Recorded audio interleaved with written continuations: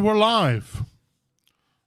Thank you all for joining us for what is the last game of this arc, the season of Aetherseed Cycle of Stars. As we close off the current arc with a little epilogue where our characters can just work through various things and then head off on much-deserved vacations. Before we jump into things, and we do have a few things to go through tonight, let's quickly go around. We're going to tell you who they are and who they will be playing. So, Kat, take it away. Hi, I am Kat. I will be playing RaQui MriTtyur, the Aarakocra Bard / Warlock. Ash? Hi, I'm Ash. I'll be playing Olo, the Lightfoot Halfling Rogue / Bard. Okay. Nate? I'm Nate. I'm playing Errol, the Crackling Fighter. And Jade? I'm Jade. I'm playing Will Soul, the Fire Genasi Cleric. So last time we saw our heroes, or, well, seekers, or bumbling group of do-gooders. They were fighting a paramilitary contracting company to rescue Will's mom and do a marketing, more or less a marketing favor for a very nasty old man. They did the deed, and Will managed to retrieve her mother along with a memento of her late father. A sword that gave her a vision that might have some meaning that we'll explore in the future. Along the way, RaQui had a conversation with the spirit inside the crow idol that she found in the storage locker of her grandfather. Revealed himself to be Revere, the Storm Crow, something of a guardian spirit for the MriTtyur family. And we're going to pick up a day or so afterwards as we look at what our different characters are doing in these last few days before they head off to do whatever they wish to do in their time off. Oh, one last thing. They all got more or less promoted. Their probation period as Seeker concluded. They are now full members of the guild, and as such, they have the freedom to go and work wherever they wish. Ticker, the leader of the guild for Cardis, did kind of mention he would appreciate if some of them stayed, but they are free to go wherever they wish. Let's begin our tale of the day with Olo. The last time we saw Olo, he was making some either clay or paper mache horns, replacement horns for Errol, who got his own smashed in that battle. Although you have woken up, everything is calm for once. No one seems to be trying to kill you or hunt you down or pursue you or your friends, at least for the time being. So it's a perfectly calm day in Cardis. What are all those plans for such a bright morning, the sun in the sky, just blue sky all over, white clouds, birds flying around, the laughter of children in the distance? Olo's been putting off something for a little while, so I've decided to go visit my parents. That is quite the feat.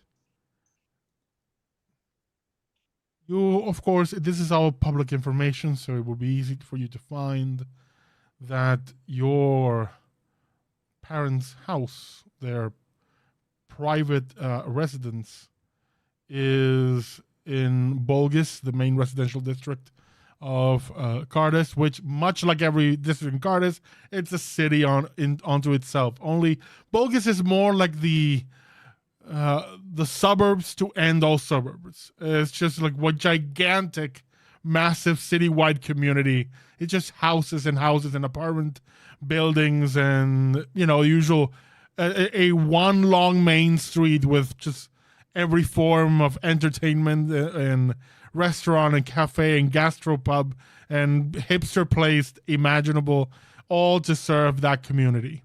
Of course, a few temples, a few other things as well. It is very much what you would expect a residential area to have. Their house is, despite the amount of money that their foundation handles on a, let's call it, daily basis, their house is fairly modest.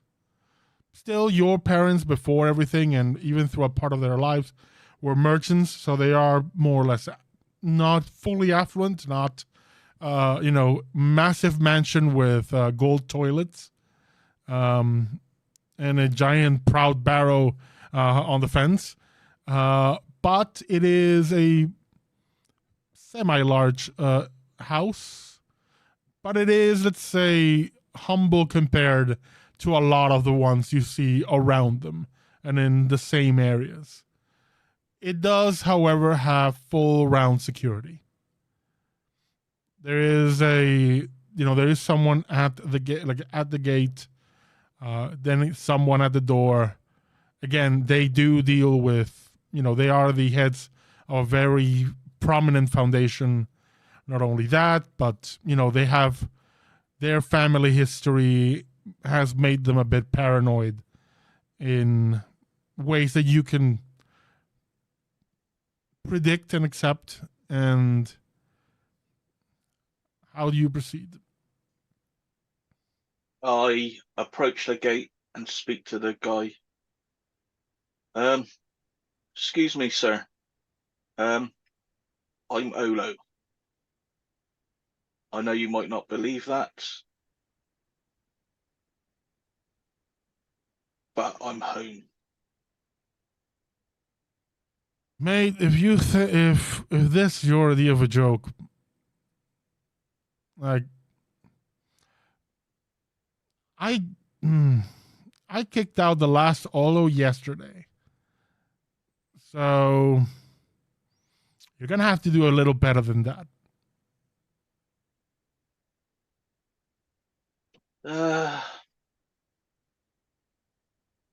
Tell them I've escaped tea leaves.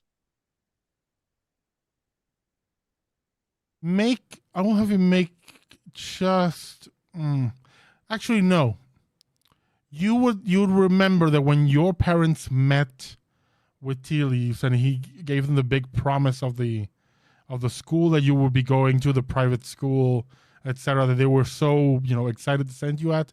Tea leaves was not the name he used. Tea leaves was the name he used with you.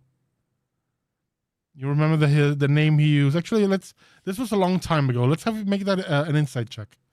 With advantage, it's your own history.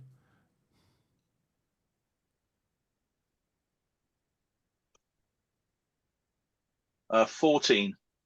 More than enough. DC for this was 13. You know that he used the name Mr. Barston. And he was a professor of history at this supposed academy. Actually, my parents might know him as Mr. Barston. Okay, I haven't heard that one before. And he just gets on the earpiece and... Okay, as you say, ma'am. Will do. Wait here for a moment. Of course. A few minutes pass, and a couple of other... They're full-on men in black, like just black suit, black tie, black Ray-Bans, everything. Just standing at the door, just this exuding this air of club bouncer, and just no expression passing through their face. Though you can feel the tension already. Like this guy is you don't even need to roll for insight. You already know this guy's waiting for the time to curb stomp you away from this place. But eventually, a couple other guards approach the gate. It opens. Says, "Please, sir, accompany us." I just walk in slowly. Make a perception check for me.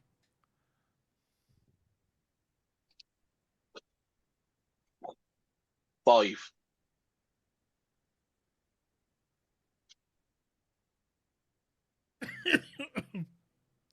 I think you're too distracted to notice anything.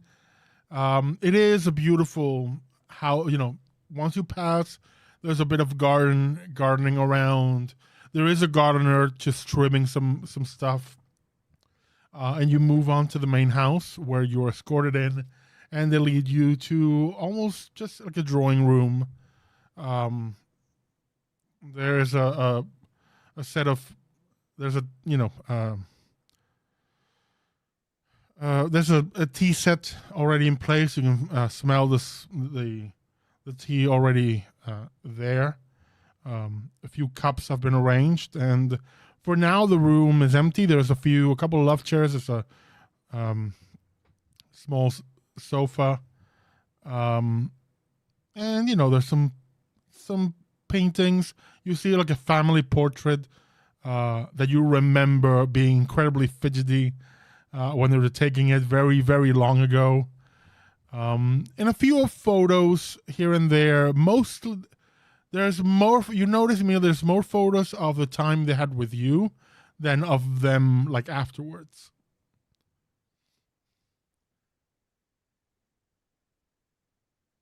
Make an insight check for me.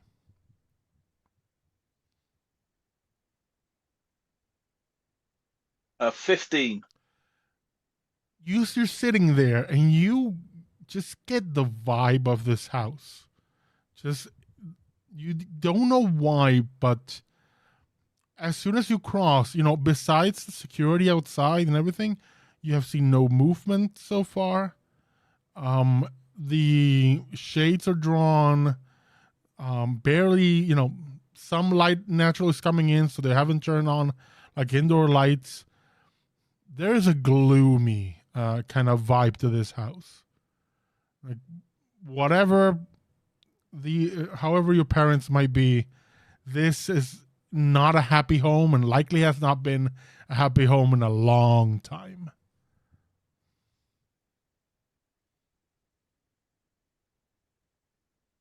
Is there anything you wish to do or before anyone arrives, or? I'm just sitting there. I'm just contemplating whether this is the right choice or not. Okay. Is there something you wish to roll to see if you? Olo says, "Fuck this," and jumps out the window. No, but he knows what family can be like from his friends. So he's super nervous. And for possibly the first time in a long time, he's super fidgety.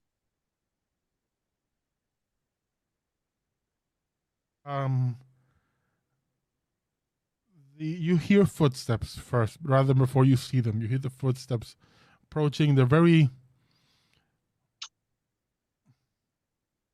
strong. They're not, slow or tentative. You can almost sense the anger in the footsteps before they arrive. And you see almost like a before and after for you as you watch them. You see your parents coming in. Your mom always, for some reason, always to your dad's left. No matter what they do, it's kind of like the pace they fall into. And they're just more or less storming into the room. Your mom first, your dad just a step behind. And you've been there. You've been in a position before where you're expecting to get angry and you're just preemptively pissed off. You can see the outrage on their faces already. But they look at you. I'm Or make a roll for them. Okay, that's your dad, your mom. Same roll. They look at you, and something they see in you gives them pause. And they stop dead in their tracks. But they have not said a word. They're just staring at you. What do you do? I slowly stand up and just look at him and go, Mother, Father, I really didn't like that school. Make a persuasion check for me with advantage.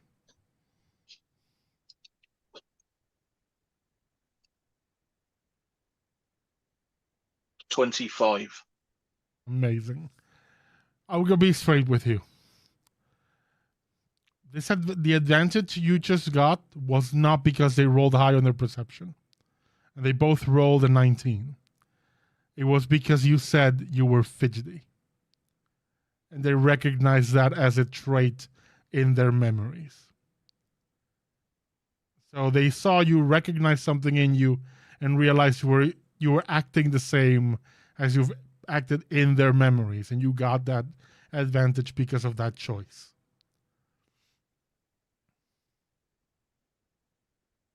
Your dad is dumbstruck. Like, he is just putting things together and he's just flabbergasted. Like, you can see his eyes watering, but not saying a word. Your mom, on the other hand, strides forward and puts herself like uncomfortably close. Like we were talking, making jokes about wrestling before we began. You get that like up close wrestling confrontation, like inches face from each other, and she just puts her hands on your face. Do you let her? Yes. She begins almost like you see. It's very much that typical scene in a movie where you have a blind character like touch someone's face and just find the image for me is a scene in the Robin Williams movie Hook. It's very much that. It is her finding her little boy in this adult face. I'm gonna make another roll for her with advantage. Dirty 20. She doesn't say a word and just drops her hands, looks back at your dad, and just nods once. And you are enveloped in the most gigantic hug. You've been hugged by Errol. That's nothing. That doesn't compare to this. You are essentially swept off your feet like you were a little kid. Make an insight check for me.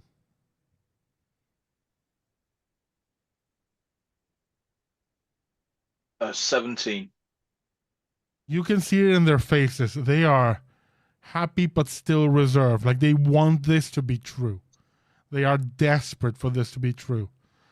But they've been hurt so many times that they're still holding back a bit. I hug them back. I know you must have questions. How can I prove beyond all doubt that I am your Olo? Perhaps I can help with that. And striding into the room is the gardener,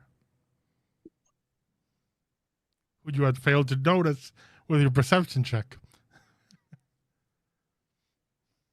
And standing there is Mr. Boston, aka Tea Leaves. But your mom turns to him and finally makes the connection. Like she had seen him and it was like, this guy seems familiar somehow. Your dad very much cowers. Because you remember you had seen your father and him like share a look during that party and he seemed afraid. Your father very much cowers. Says, no need for that. I will.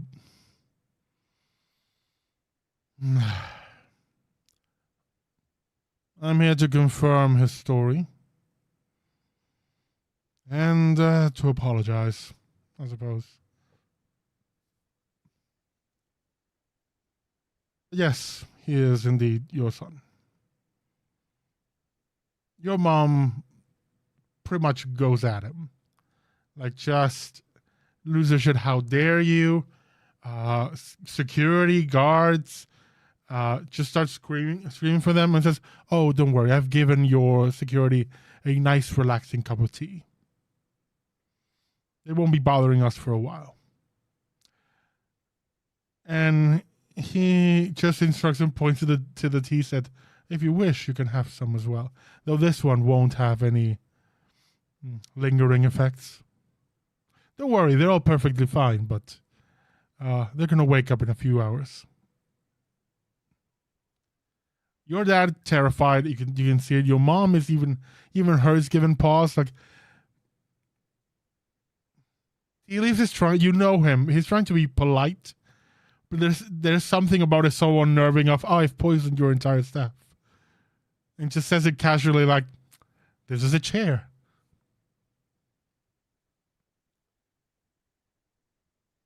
Hello, tea leaves. Hello, boy. I'll decline your offer of tea. You have learned your lessons. Good. I have, to be precise, I have fallen out of favor with the school. So I figure before I fully depart, I'll give my favorite student a bit of help and set him off on this new way he's chosen. Small word of advice, though. Try to make up a story of where you've been. Don't mention the faculty at all. If you do, otherwise your lives will be in danger. That is not a threat. It is simply a reality. I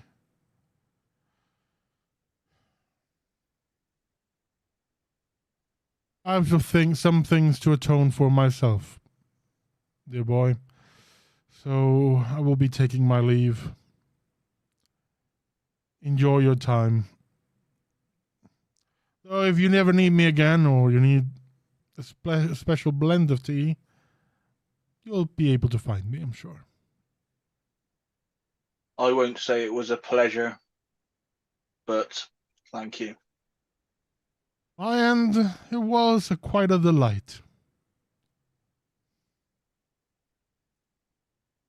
Farewell.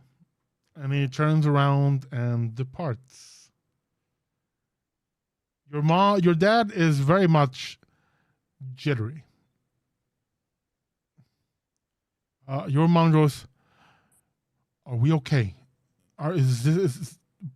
What's going on here?" You should sit down.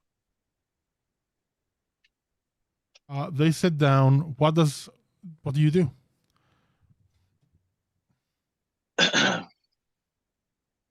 I'll explain briefly about the facility. I leave out the more disturbing parts of it. I mention how I escape. I mention Aldara, how I end up joining the Seekers, and I've made friends now. And I'm like, Tea Leaves is not a good man. But what he told us was the truth. I was never in the faculty. We find a front for how I am back, and then we will be safe, because they will not want to draw attention to themselves.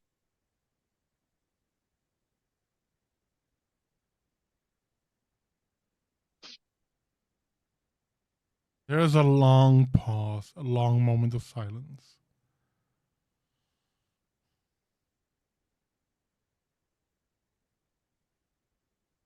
And your dad speaks up for the first time. He says,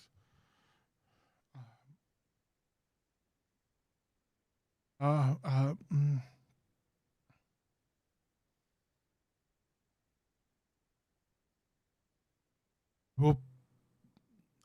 I will put this our safeties first, of course. But son, if you and my dear, if we want to go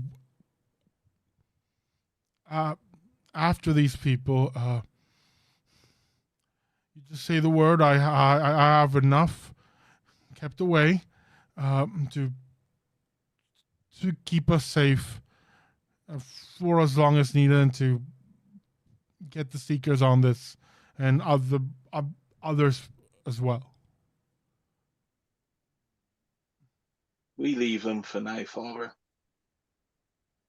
You have been looking out for all these lost kids, and that's what we'll keep doing.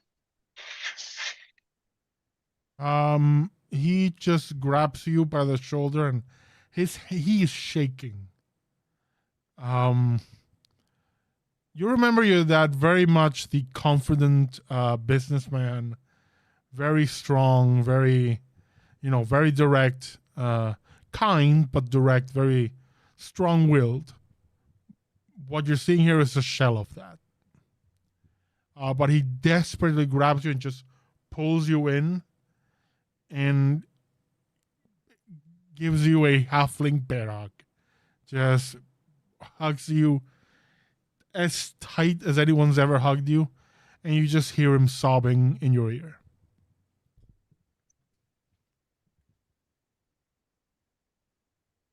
I just return the hug. I look over to my mother, beckon her over. Your mom is shedding a tear of her own and just joins the hug.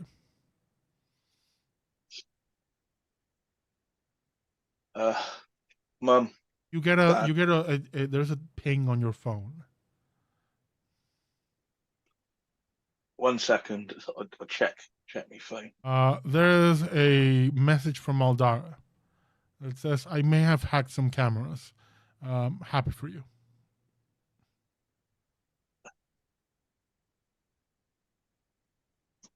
Ollie will introduce you soon. Looking forward to it. And then I'll just stand there for a while, just enjoying the hug. We pull away from that home and we leave Olo with his family in a much, much delayed reunion. And we move back across the city to the apartment that Errol is sharing for the moment with his husband, as Corin is still here on vacation. Errol, what has happened with your horns? Have they been buffed down? Sharpened into what remains of edges? Going full edgelord? Full little nods. I don't know, it's been like 24 hours, right? Like, it's been any number of times. I've left it vague and can be likely a couple of days after. I think Errol doesn't really know what to do with the broken horns. Or it's like, let's at Probably- least just remove some of the sharp edges. because they've cracked off. There's splinters and such. Yeah, I was gonna let's say get he'd rid of those probably, like, because they're poking me. wrap them. They're kind of they're kind of pokey. And sweetie, not the kind of poking I'm looking forward. Yeah, he'll do it. I guess like It's he's more or less. not really It's more or sure less if it would, just taking clippers or it's like cutters horses' to them. hooves, right? Yeah, like more or less. like horses' hooves, steel Yeah. trimmers, Yeah. filing them off with a like one of those massive wood chisels. They're just a giant nail file like you're breaking out of prison. Do the nail, do the horn. Yeah, I think Carol has several things to do. First of which, at some point in the interim, he For the wants to go record, speak you to you immediately on the day after this, for all of you, you notice that the modules you were given very much disappear. You notice that when you try to access them, like to enable them or anything, they just give out an error. Mhm. You were told that these were very much limited.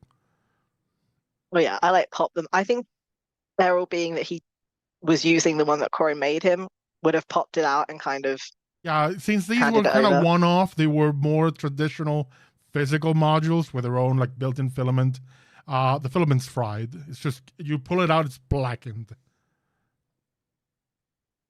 Not sure that you could do anything with that, but in case you can. No, honey, I told you these were, we kind of put as much as we could into one of these with no concern for longevity. That's I mean, done. It was a hell of a thing while it lasted.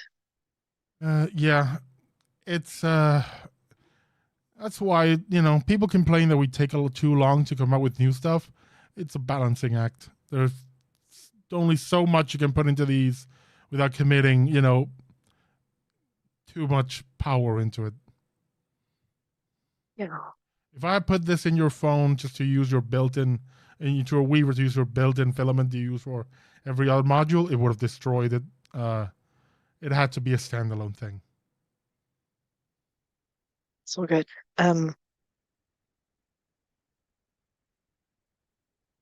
I realize you're only here for a bit longer. I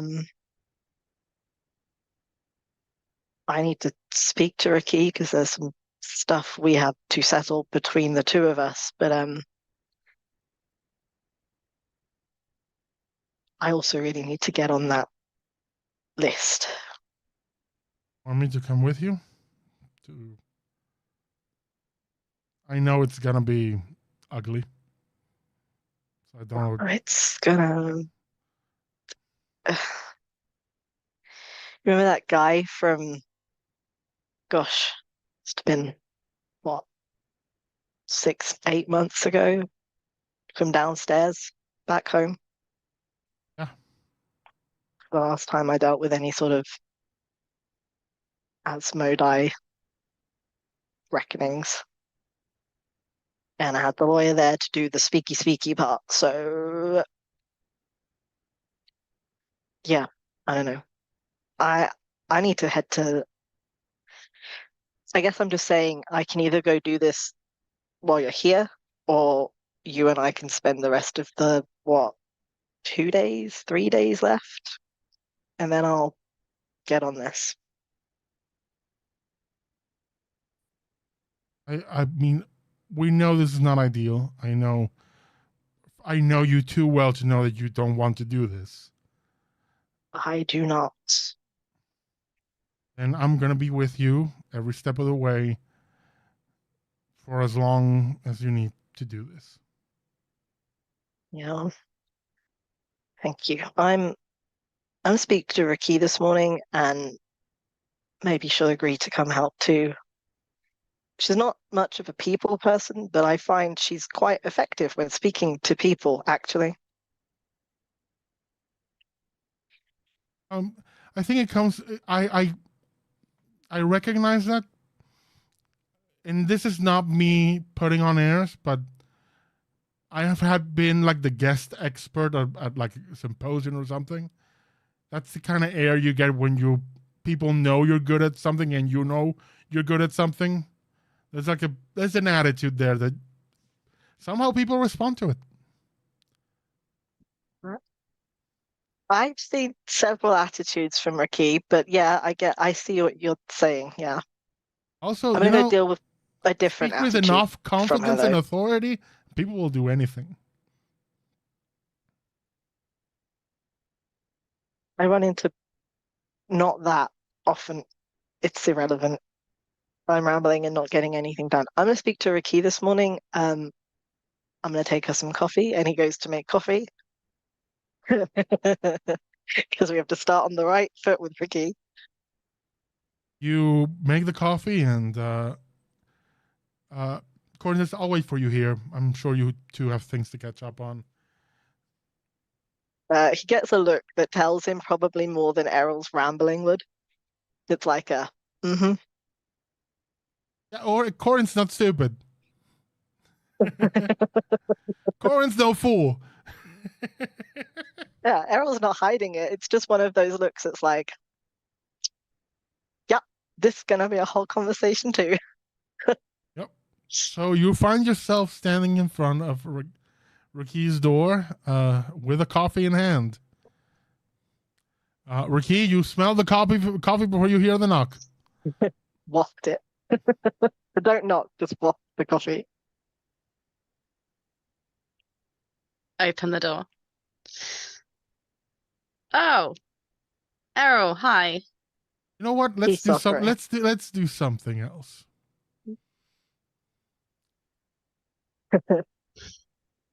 Will, how has your fine day started?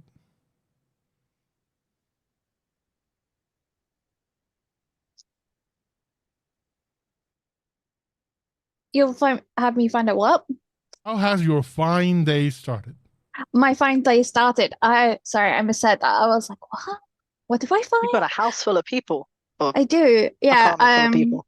I have an apartment full of people. You know what? I'm gonna make the best breakfast there is.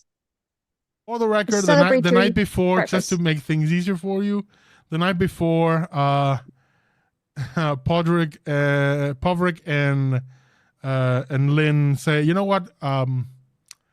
You guys do this family thing. We're gonna head back.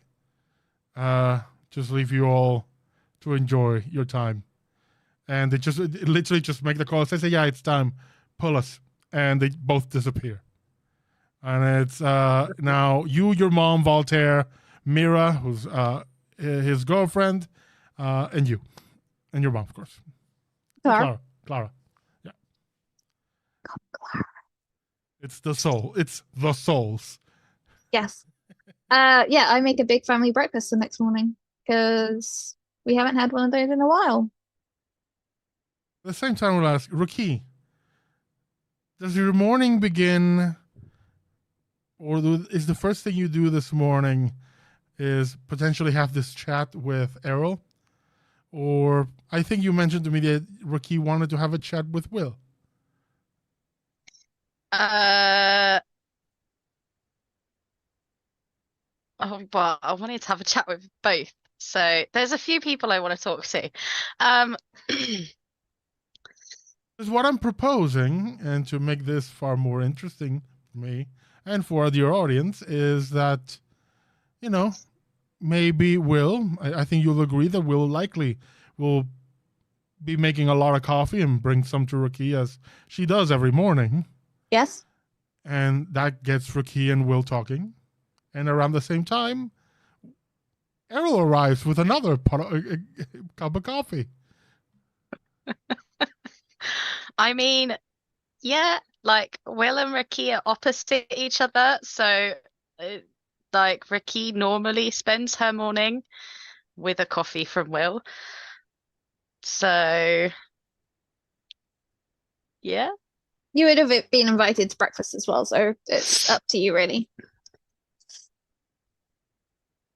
I mean, yeah, potentially I would have gone to breakfast as well. And I'll say, Just have some then I'll say, toast. Errol, you arrive and you knock on RaQui's door and there's no answer, but you do hear, chatter and laughter and everything from the opposite door.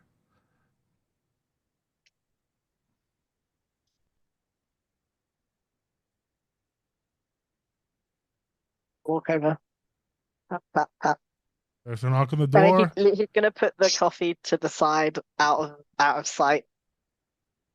Make a sleight of hand check for me. You got it. Inside. See how well you hide that cup of coffee. I have advantage on sleight of hand checks. It's not. It's not a high roll, but let's roll it. 14. 14. Who answers the door? I'm gonna guess it's Will. Yep. Will, make a perception check for me.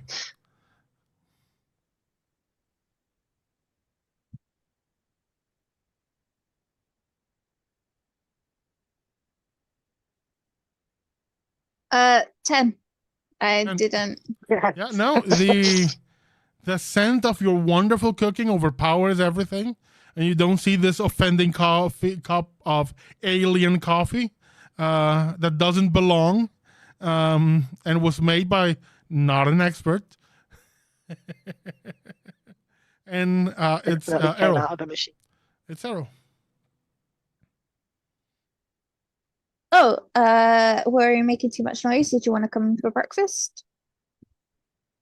Well, neither of those things. I was looking for RaQui, but I can come back if you're all together. I wondered if she was with you or if I needed to, actually check on her. Oh, she is having breakfast. As I said, you're welcome to join.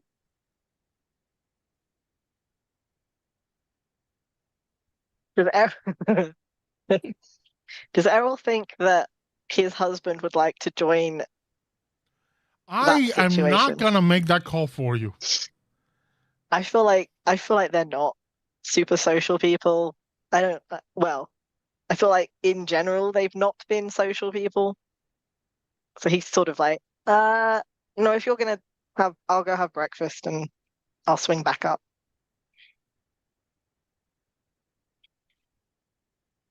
Your loss. It's my cooking. Absolutely, but there's a lot of noise in there. It's just my brother and his big mouth. I heard that. See, he's got big ears too. It appears to run in the family anyway. I've spent enough time with Will to know that. You hear Will's mom's voice. I heard that. You did. Daryl owns it. He's like, "Yep. I've met your daughter." Oh no, I'll give me 5 minutes. Let me go ask Corin if he wants to join everyone. It's okay, honestly. If you don't want to, that's fine. But here, take some coffee. Hands 2 Thank mugs you. of coffee. It is so far superior to the slop you made. Thank you. Thank you. Escapes. He runs and then gets halfway back downstairs. He's like, shit, do you have the cup? It's too late. He keeps moving. You come back. Come back. Corin smells the coffee, and you don't even have to say anything. Just swipes the cup, takes a sip, and says, "Oh God, thank God." Yeah. Well, there's an offer to go upstairs for breakfast if you want to go. He says that there's coffee. He says that there's like a bowl of porridge on the table. It's like, if you have told me 10 minutes ago, sure, but I didn't know 10 minutes. we weren't invited until I was standing on the doorway, which is always suspicious. Yeah, see that no, it's a bit uncomfortable for me. I don't know you. Yeah, me too. So I get it. But also, with all the love in the world, honey, you need to learn how to make better coffee. I just go with strong. But this is No, better. you. Way better.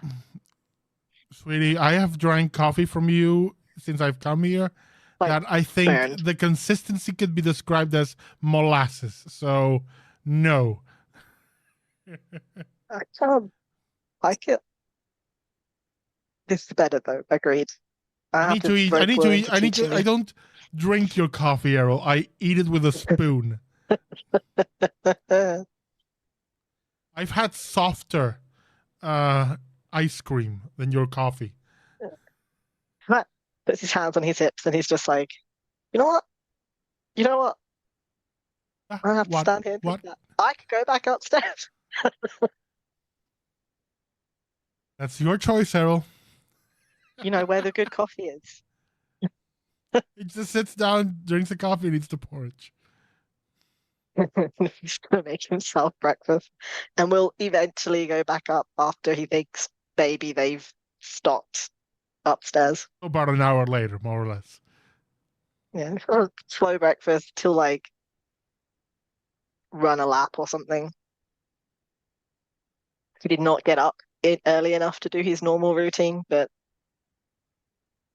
Fair enough. So with that breakfast done, Walter is taking your mom and Mira. They're both going to do tourist shit outside in Cardis for the day. And Clara stays with you. Clara spends a good chunk of the morning like servicing the weapons that Peacecraft made for her. Since the day before, since a couple, when you returned from the mission, and you found her that she was just unloading from the emotion, she's been a bit quiet.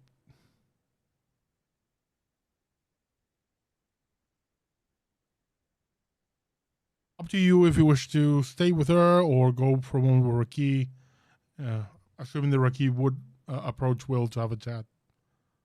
Yes. Yeah. Once breakfast is finished. I will go speak to Ricky and then spend the rest of the day with Clara.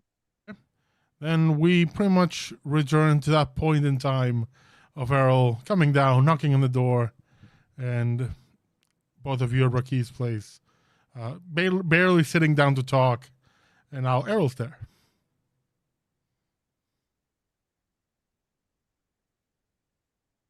I figure if everybody's got something to say, we may as well just do this together.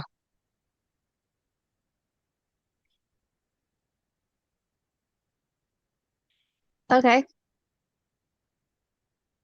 Will is none the wiser as to what's going on.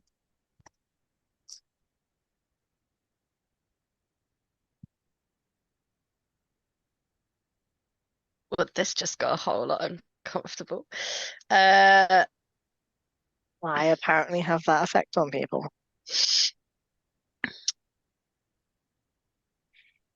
What? Sorry, Errol. What?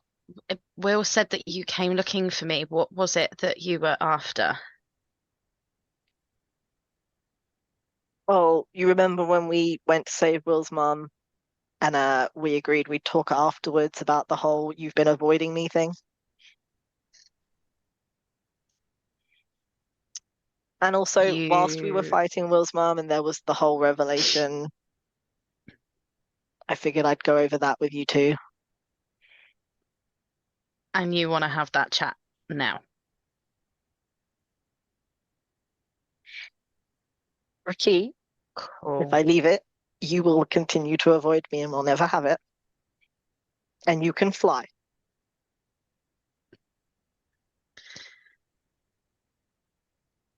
I mean, I can fly, yes. That doesn't necessarily mean I'm going to, although the window is looking very tempting right now. You see, like, it's like, I'm really. You hear a voice in your head, RaQui, that you know is Revere saying, "If you wish, I can just open that window. It would take but an effort of will.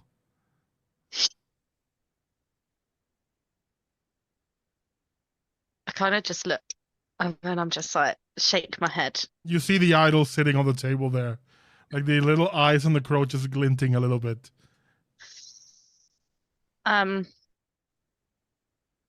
Okay, fine. We have to have this conversation. So what do you want to talk about?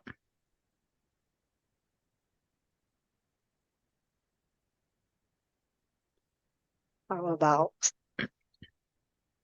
what's going on?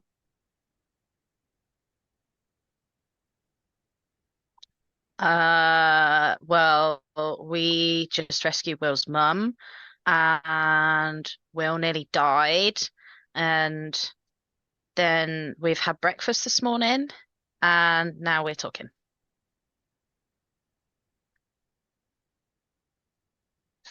He looks at Will, like,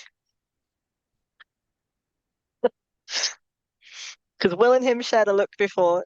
He knows that she knows.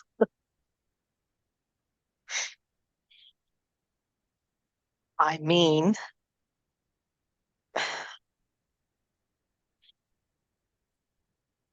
why am I? What did I do? Oh, this is the conversation you're both going to have. Okay.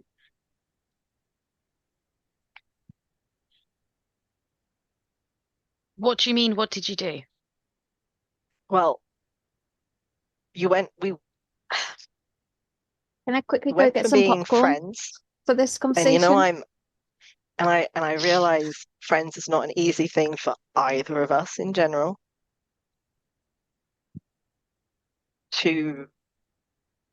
I nearly died, and then you couldn't look at me, couldn't be near me, fled the scene, literally looked me in the eyes and fled the scene in your car. And Will, to answer that, you're a cleric. You should have create food and water that can easily be create popcorn and Coke. Nom nom nom nom nom. Tasty.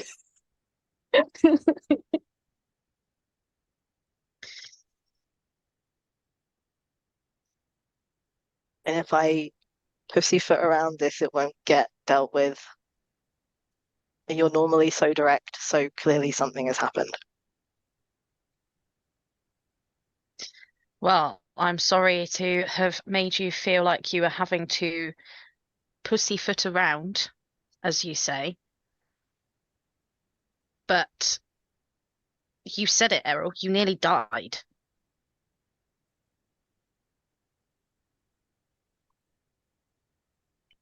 In what world was I ever going to be okay with that?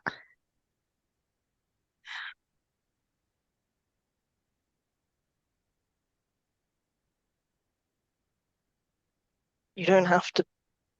I'm not asking you to be cool with the fact that I nearly died. I'm not asking anyone to be cool with anybody being dead or almost dead. I'm Good, because I'm not. struggling to understand why I'm losing a friend over it. I didn't jump off the building. Like, there's a flicker in his eyes though when he says it that's like, he says it flippantly and almost has like a gut reaction of, Yeah, you have because a that sensation of falling is back. You have a flash not of sight, but of sensation of the It's like of the fall. drop in your stomach when you went over. He says it all flippantly, like, this is like, I do it on purpose, not in, and then he's like, ugh. But there's no like change on his face. It's just a flicker. But he's not particularly hard to read in general.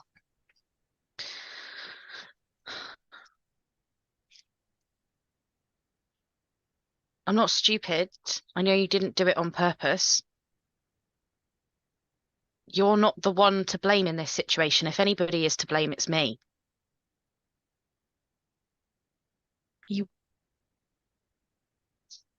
In what world is this your fault?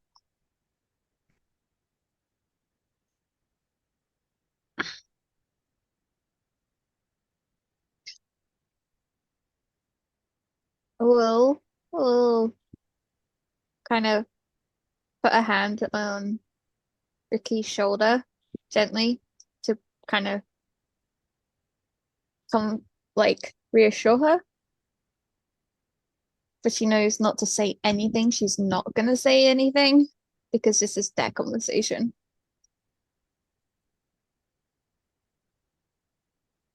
In what world is any of that your fault? So you kind of see Ricky starting to get really agitated and really angry, and then the feel of Will's hand on her shoulder, she kind of relaxes, and I guess you see the realization that there's no way she can avoid this any longer. And I head to all of my notes, and you just see me rummaging through, and I dig out the stuff that was found with Rotrick's body. And Ricky just walks up to you and says, Rotrick's body wasn't the only thing I found in that storage locker. And she passes you the papers. You DM to see, confirm, you see. Errol didn't know Rotrick was still alive. Yes, you know. You know because his body was recovered in a tank. You just were never allowed to see him in the hospital because you were not given information of where he was. You don't know he's conscious. You know his body was found. You don't know he's conscious. You are handed a set of papers that include Ricky's original notes, which have been scratched and written over, and you can clearly tell that, you know, her notes being basically someone scratching and making fun of the notes, like she's so wrong about this. Like another one says, if only she knew, and a lot of stuff, including, you know, notes that Ricky might have at some point about other people, including you. You also find full-on profiles of you. Every item that anyone could ever want to know about you is on that paper.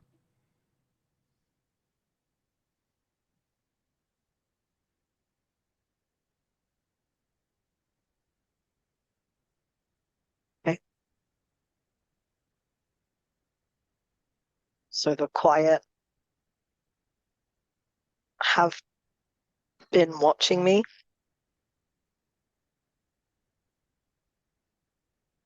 And probably everybody else here.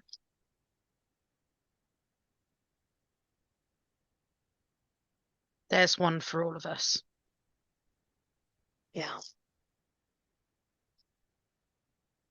And these are extensive. That's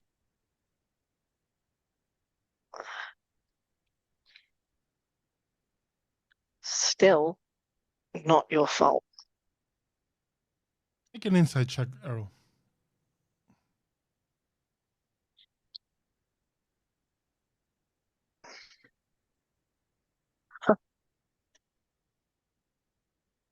It was a 20 on the dice.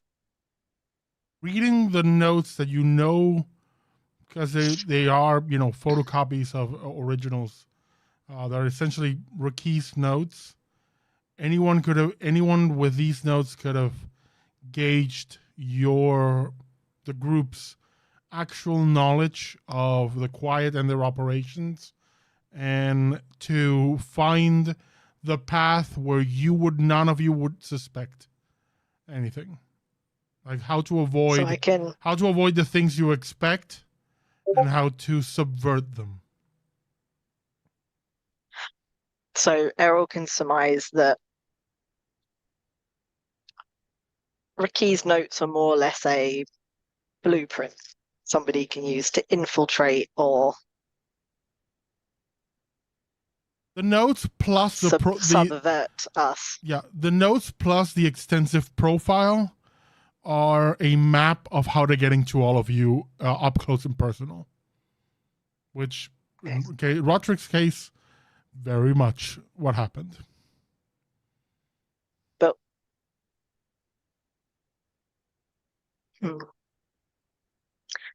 if I recall, Errol's notes include things like from before his marriage, like they were planning to send someone else to Errol before he was with Corin. Yes, there are profile. The notes are about your entire. There are notes about your entire life, including your relation with your mom, how you met Corin, any other partners, your time with substance abuse, everything is there. It's the profile. You know, a stalker's dream of a profile.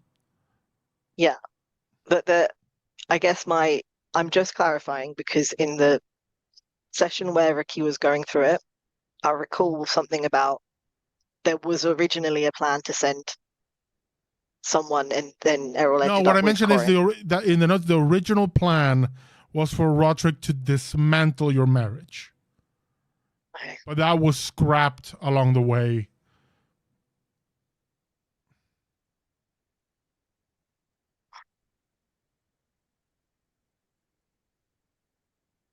Do I get this?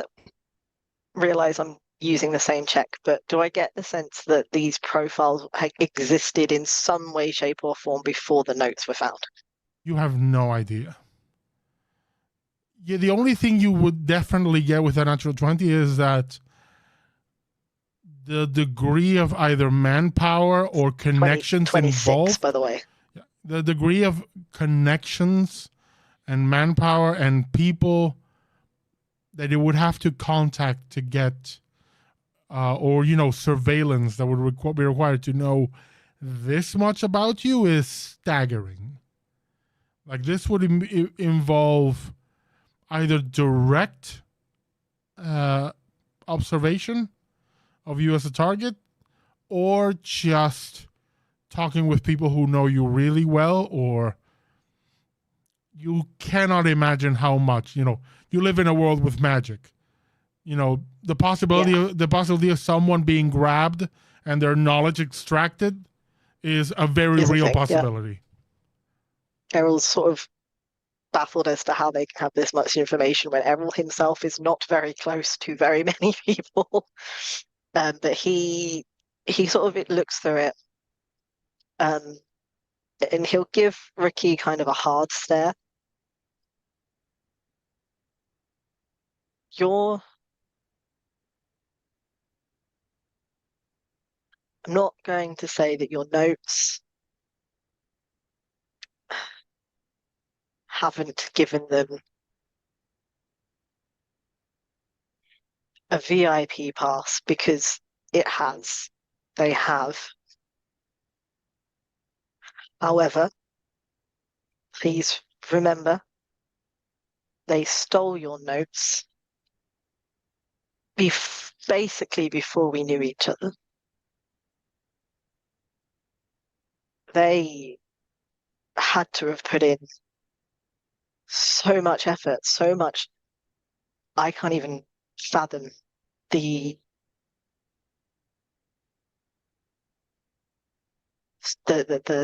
scale of this operation. To find out this much on any one of us, let alone all of us.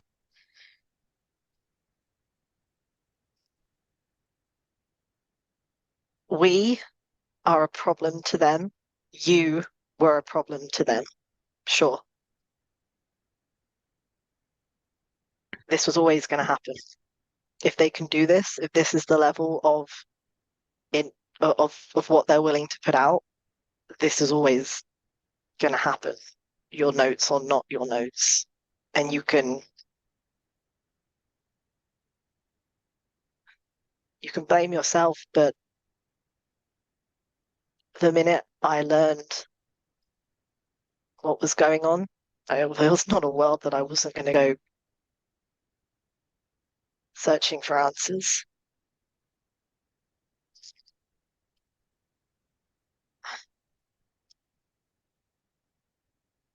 You didn't put me on that roof with not Trick.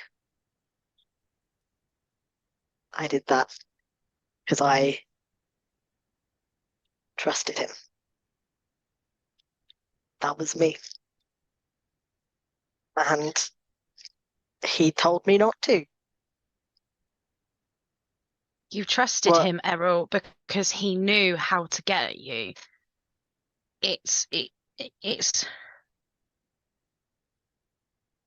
I knew when my notes were stolen that there was a problem.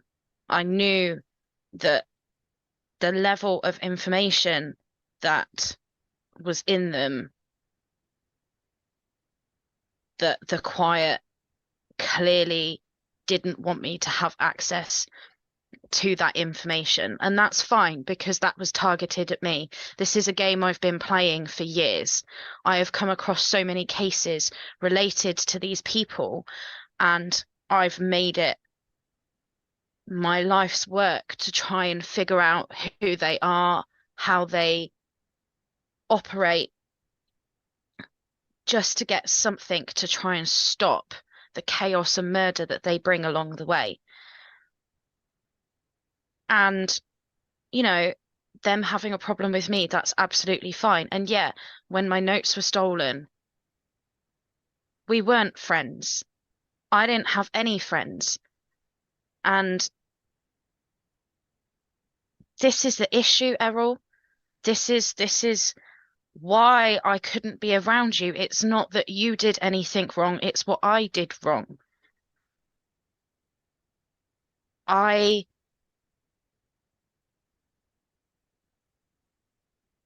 actually have friends now. Something that had never interested me before, something I never even thought was possible. And then you guys came along, and you already nearly died once. And apparently there's some deal which we really need to talk about. I stood over you with a scalpel in my hand, ready to make that first cut. And you have no idea how hard that was. And I never, ever wanted to see anything happen to you again. And it was then that I realized we weren't just colleagues anymore, we were actually friends. And now to find out that my notes gave them a backstage pass to be able to access you, to put you in the position where you nearly died again. I don't know how to process that. I don't know how to look you in the eye and continue being your friend, knowing that I put you in danger. And then, to top it off, I've now got another friend in Will, and Will thinks it's okay to go and sacrifice herself. I can't. The conversation. I can't. I don't know how to be friends. I've never known how to be friends. That's why I've never had any. And then you guys come along, and now it just feels like you're just going to leave me behind because you're going to end up dead. And I don't know how to deal with that. I don't want to be left behind. So Okay. I'm sorry if I didn't know how to deal with you guys or to look at you or interact with you. But how can I when it seems that what I'm trying to do in the long run is hurting you?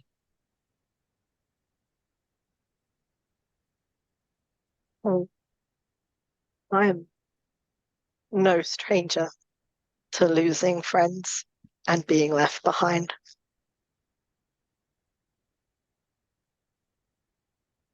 And I'm no stranger to walking into danger for my friends, for people I care about, because they need me to.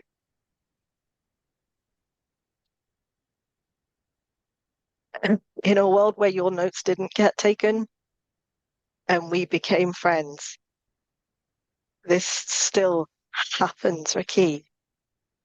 they still come after you and us by proxy. And if you told me to leave, just like Will did, that's not who I am.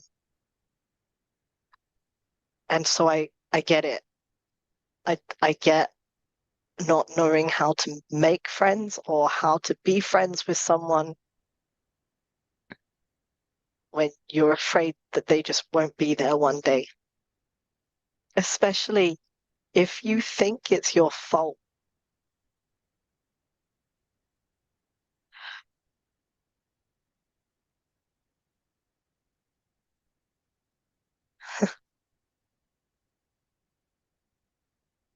I thought my friends died.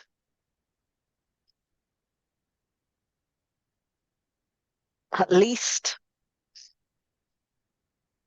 somewhat together, and you were there.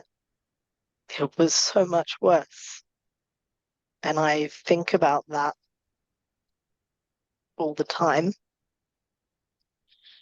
And I'm still here. And I thought I closed those wounds a long time ago.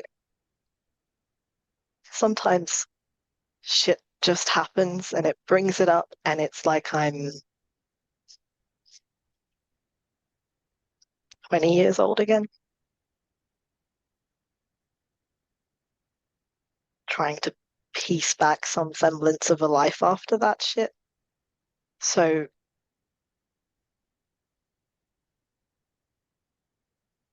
I get it.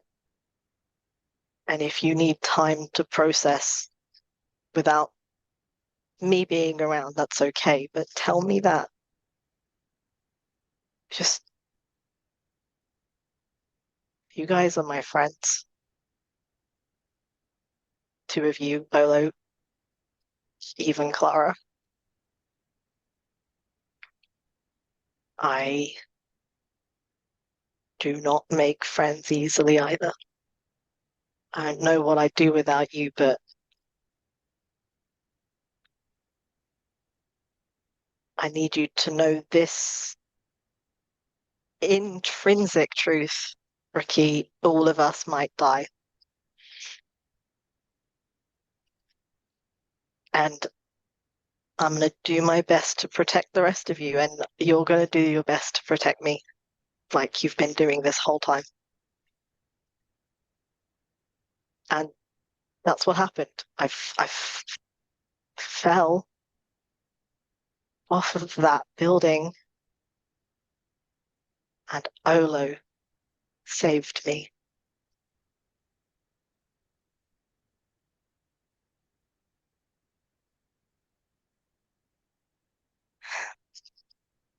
The quiet are going to come back. Notes or no notes. These dossiers. And maybe we'll be ready and maybe we won't. There isn't a world in which I blame you for any of this.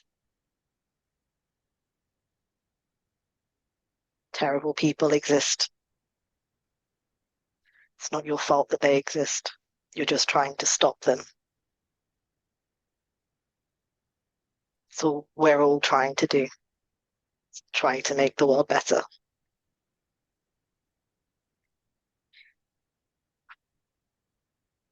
And yeah, we'll talk about the deal that I made. I didn't exactly have a choice. It was stay dead forever or come back, make a deal. And I had people to protect. I had things to do.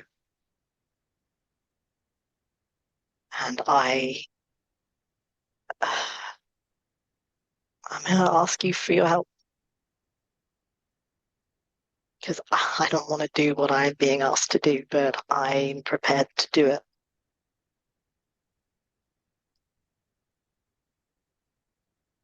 When the price is leaving. Too much to do. he's gonna like reach out and just put his hand on top of yours. It's not a, Errol, he's normally first in for the hugs. It's just a hand on yours. His massive hand. He's like edged over though. He's like crouching down in front of you. I don't need space. I don't need you to go. I can't imagine a life without you guys in it anymore. What I don't want is to find to out. Will. What I don't want is to find out what happens when our best isn't enough. You guys can't keep dying on me. I can't take any more. This is 3 times now between the 2 of you. And shit, if I have to make any more deals with any more people, I'm gonna have way too many people that I owe favors to. And of course, I will help you. You don't have to ask. You know I'll help. But there's some stuff that I need to take care of as well.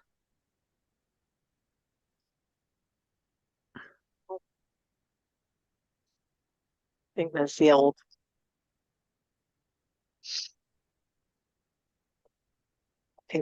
old saying, right? You have my sword, it's a hammer, but it's yours if you need me. I can't imagine you need me for my wit or charisma. Well, it's a good job that I don't need you for your horns, because they look like a hot mess, Errol. They were filed down. I thought they looked better. Yeah, it's really weird. I feel like lighter. It's a bit like being drunk. Surprised. Walking is a bit like being drunk still. It's wearing off, but it's still kind of there. And it's been a while. And Will, she's not wrong. Don't fucking walk into shit ever again and be like, hey, yeah, just kill me. It's fine. We stormed that place for you. Well, for your mum, but for you. I was gonna say technically it was for my mother, but yes. We're not talking technicalities, Will. You I know. were literally sacrificing yourself. Yeah, You've I know. got to let us help you. You can't. I get it. It's family, and it's the reason that I went out, because I knew there was no way I was going to stop you. But you have to let us help. You don't have to take on the world alone. I know that. Also, you shouldn't. None of us should be doing it, and I think some of us will, some of us, and he nods at you because he gets it, are the jump in front of the bullet types. And we should start thinking about deflecting the bullet, knocking down the person with the gun first, so no one gets shot. Yeah, I get that. Which isn't always an option, and RaQui needs to know that too. Sometimes you're not fast enough. But we were plenty fast, and you knew shit that you didn't tell us. And you weren't hiding it very well. That's the only, talking with the door open and shit. It's the only reason that I didn't come and grab you, because I absolutely would have. Like, I caught on quickly that some other shit was happening. I don't know that Clara did. Are you okay, Clara? Clara is not in this conversation. Clara remained She's not behind in Will's apartment. Oh, I thought she was like in the other room. No, Clara stayed behind. In which case, he's just like, I don't think Kara did. Is she okay? No, I need to have that word with her. She was pretty on edge when we left. And military types. They're not great in those sorts of traumatic situations. We watched you get your head cut off. I'm not trying to overstep boundaries, but she didn't look okay. I think we have all got some stuff that we need to take care of. But Yeah. in the interest of being open and honest, I think it's probably time that you guys knew exactly what was going on. So can we meet for drinks later? Yeah. Once we've had an opportunity to take care of some stuff. Just the three of us, four of us. I'm assuming that's not including spouses. No, you can bring spouses if you want your mum and brother to come as well, Will, they're welcome to do so. Okay. Grab Olo. I will sort tell of- you that Olo will likely not respond to any calls, though. Ash, you tell me if I'm incorrect. Unless it's like an emergency, we need help right now. No, we won't turn up. I think I sort of passed his room earlier. Normally there's something playing on the TV. I think he likes the noise, but silent. Well, he's either asleep or out. I'll ping him a message as well. I'll ping it to you all now. Should we say about 7 o'clock? Does that sound all right? Sounds good.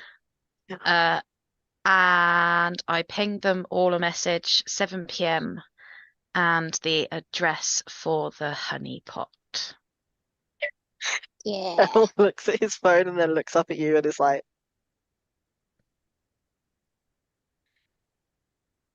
you know what? I don't want to know. I don't want to know. Well, because I don't want to get into these details with Will's family and things there.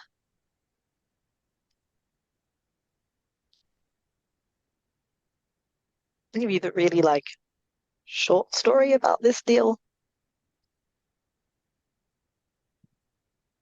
I have a list from Asmodee. Like, man himself was there. I was on that list, Yeah.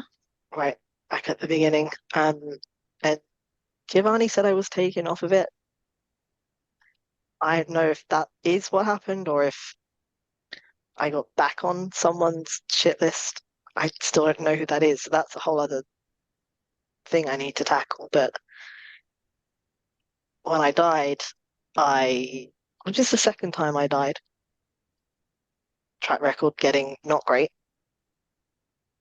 I woke up and he was there. And he told me that there was a deal made. And it didn't matter how many times or how powerful of a spell or whatever technology was used to bring me back, it wasn't going to work because he was keeping me there because someone made a deal for my soul that I couldn't be resurrected the next time I died. That he would stop the resurrection the next time I died. So that's what he did. But then he also said I could make another deal, which would end that, and I would start a new deal with him, and he would allow me to come back. And the price was collect some wayward souls for him. People who should be in hell right now and aren't revived. They don't have bodies. They're not alive, I guess, anymore. They're cheating him, I think. Okay. So how many have you collected so far? None. And I only know 2 names on the list so far. Errol, you've not collected any. You No, died we months have ago. we've been really fucking busy, in case you forgot. You know, dying and nearly dying and all the other shit we had to do. Errol, stop making excuses. I'll let you off because you didn't grow up here, but you don't fuck around with Asmodean deals. You have to deliver. Not. I'm really not. I genuinely am not.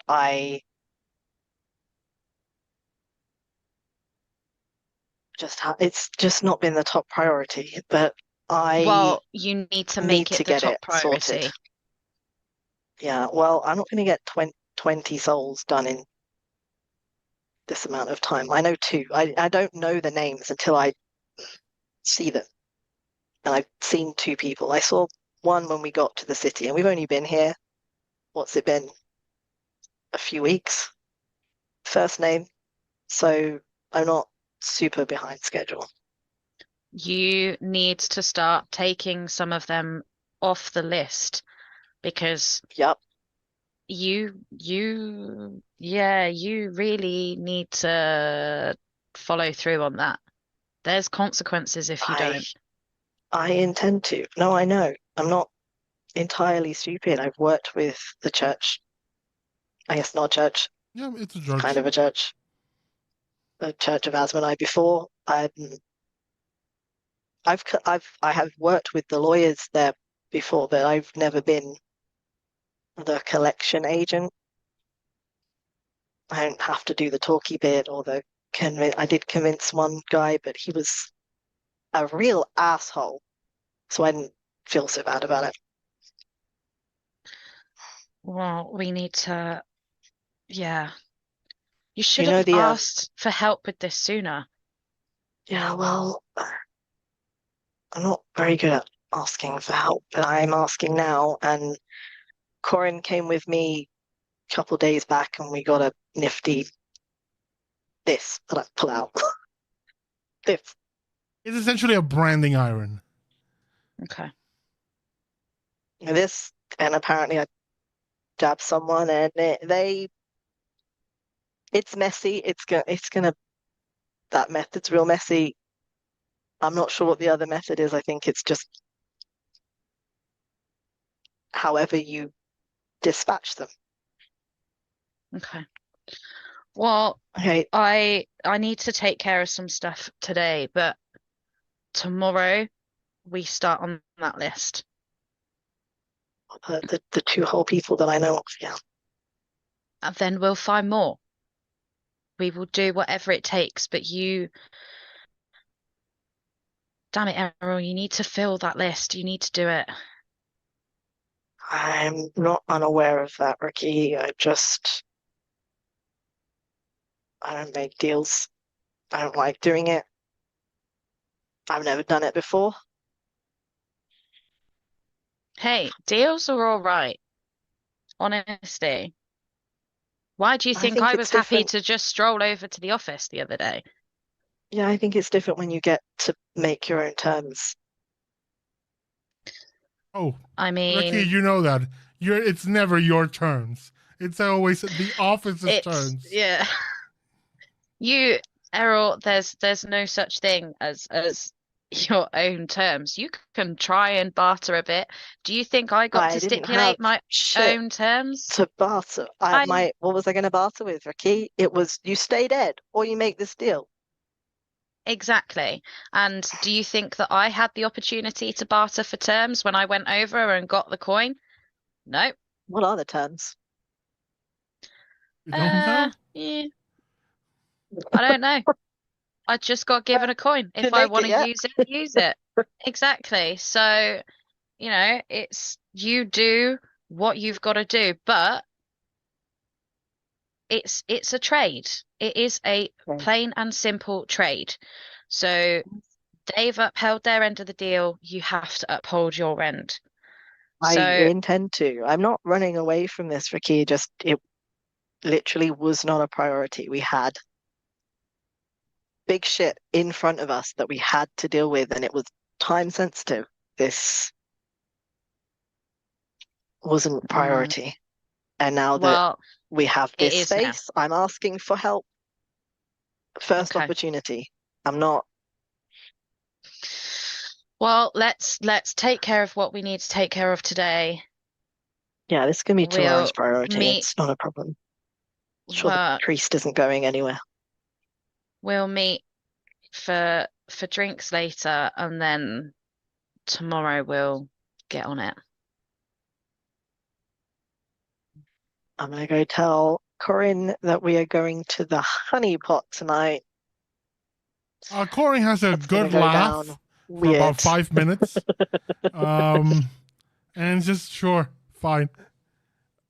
Will you return to your room and you find Clara standing with a rifle drawn and is pointing at the sword in the scabbard across the room from her. And she's like dead serious aiming at it.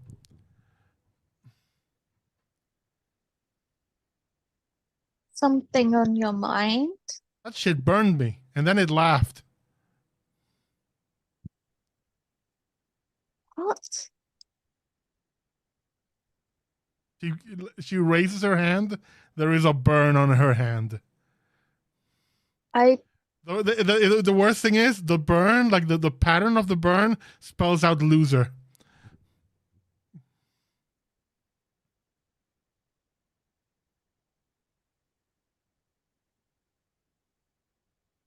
go to heal her hand. You cast a minor spell and you heal her hand. He's like, thanks, sweetie. That shit's weird. And I go to pick up the sword. Pick it up, nothing happens. He's like, Klaus, like, that's some bullshit. And you hear in your head, Will, my, she's stupid, isn't she?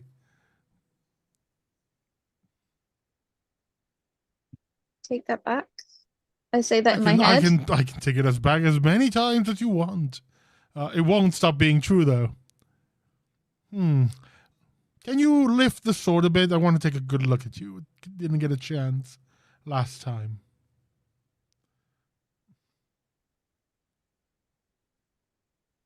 I go to put it on the side whilst kind of being a little bit subtle. He goes, yeah, I can see the family resemblance, though you're certainly not him. Curious. I've been locked up in that stupid vault for so long now. But I'm in your hands now, and technically you are a descendant, so I suppose the deal stands. How to proceed? And then I put it on the side and let go. You let go, and you still hear the voice in your head. Oh. How to proceed? I can make you a simple offer. I have a deal. I have a standing arrangement with your father. He keeps me entertained, and I grant him certain wishes. Of course, it's a relationship, so, we would start baby steps. Eventually, if you prove yourself as entertaining as he was, we could, further that arrangement. You're not really a sword person, are you? Would you mind opening your mind to me for a millisecond? She kind of raises her eyebrow and looks at the sword. Just a second. I want to see what kind of person you are. And she will open her mind, but she'll still have her eyebrow raised, looking at the sword, and You just be like, feel almost like "Oh." someone is flipping through the pages of your life, like going, oh, you are entertaining. I think we're gonna have so much fun. It says, but this form will not suit you. I know which one. And you see the sword transforms into like a sentoku knife in a like a little scabbard. I think this will be more pleasing. My edge doesn't chip or lose its cutting ability. Right.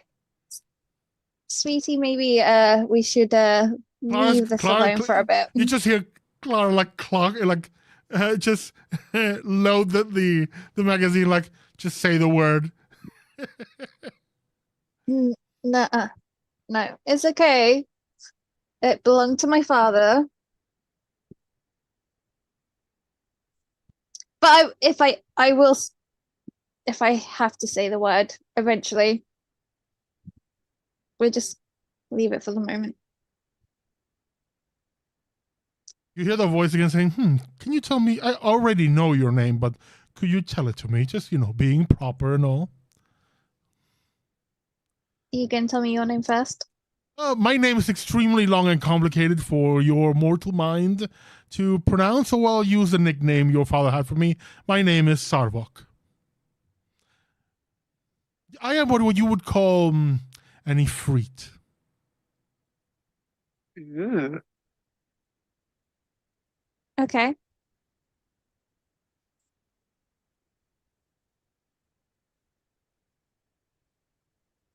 Pleasure to make your acquaintance.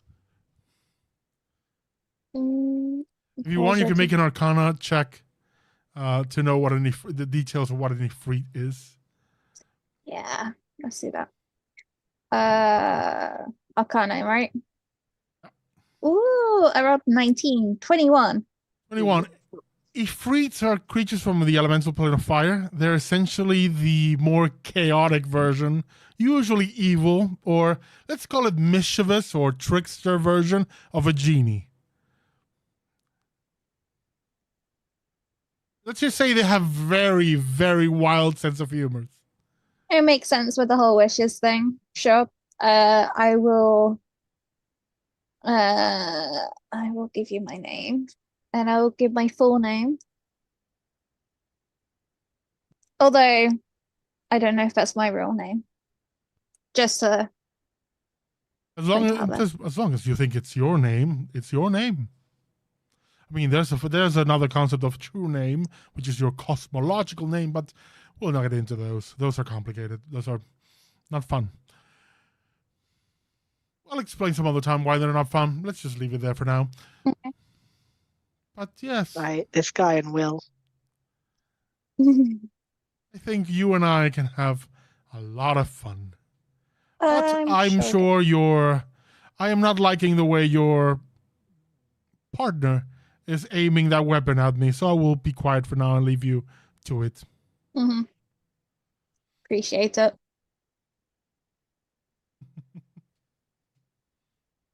It's okay. You can put the gun down. What the hell was that? That is something to do with my father.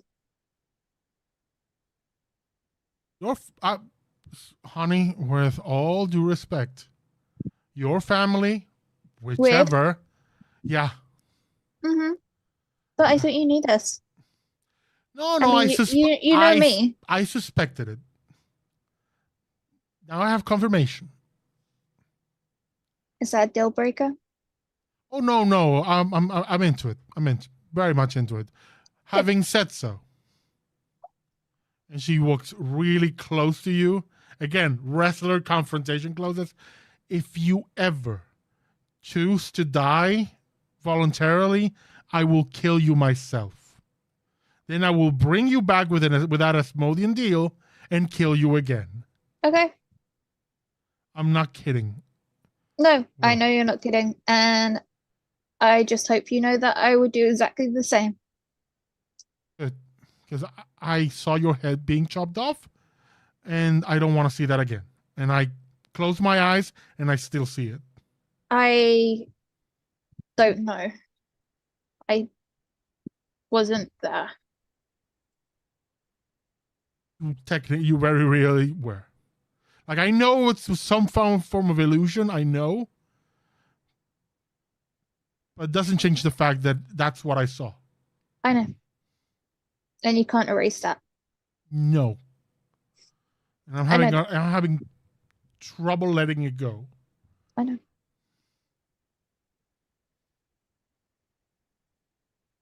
She just kind of slumps and just, you see, she drops the gun, safety on, of course. She's not, she knows procedure, but kind of slumps and just mumbles something. Make a perception check.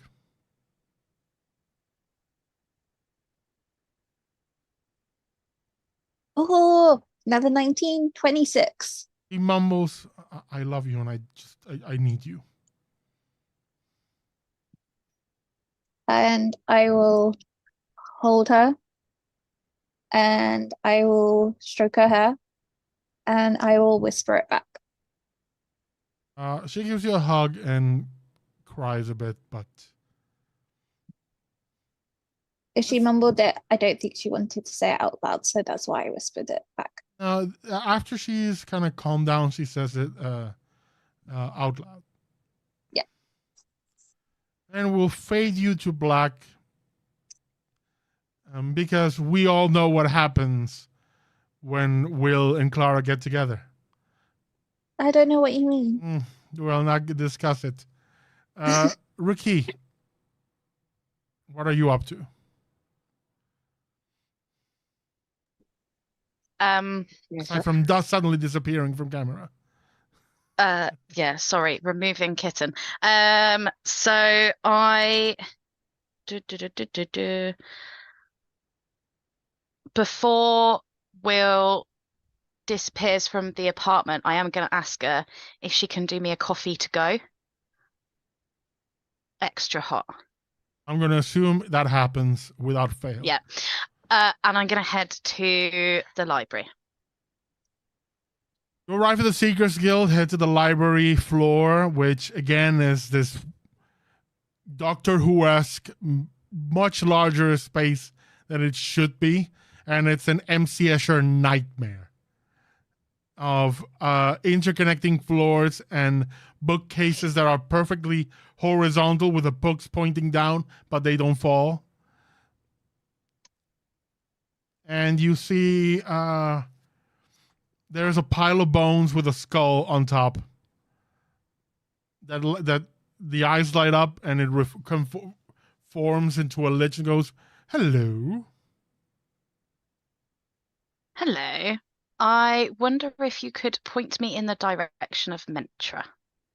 The lich looks up, goes, "See that storm cloud? Follow it." Thank you very much.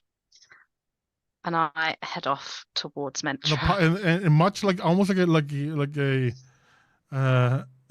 like a skeleton in a video game, he stops talking and just collapses into a pile of bones again.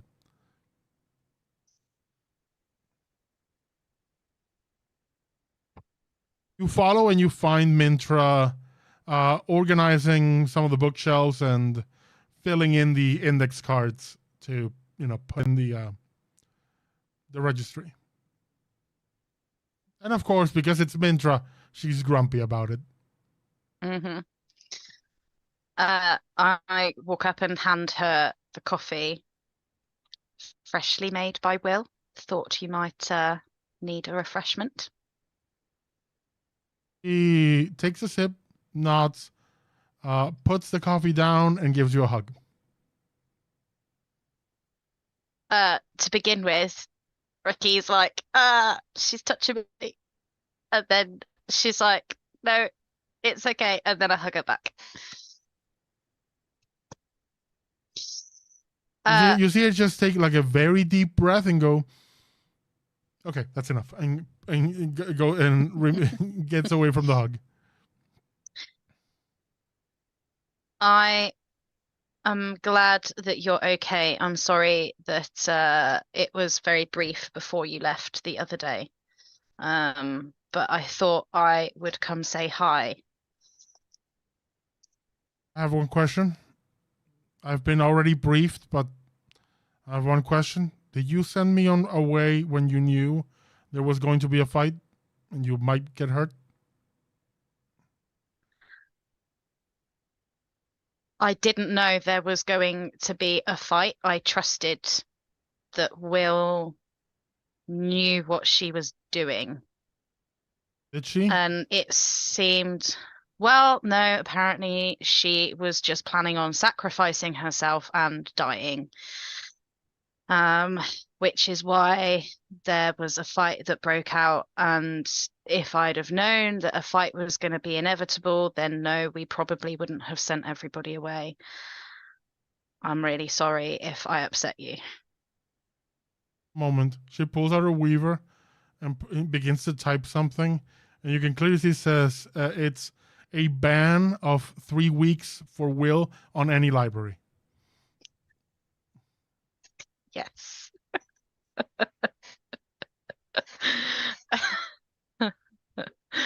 Will upset Mantra. Library pass Whilst I was also wondering if you could help me with something. What is it? So, have you ever heard the name Revere? I can have a look. And If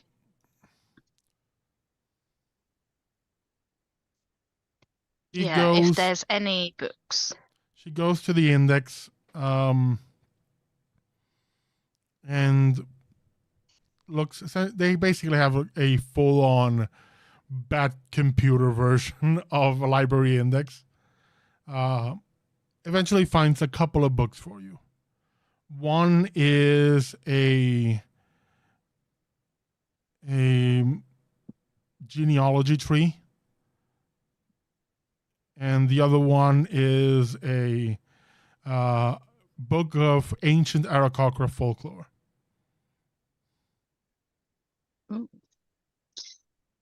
I'm going to sit and read them. I'll say thank you as I take them. Make an investigation check.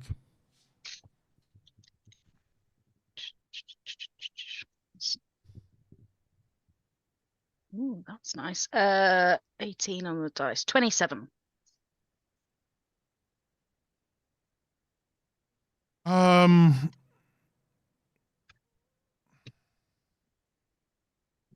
Which one do you want to check first? You said one was Arakocra. Ancient Arakocra folklore, and the other is a family, a collection, like a book of family trees. Let's go for the legends, the folklore, Arakocra folklore. You find a legend on it. It's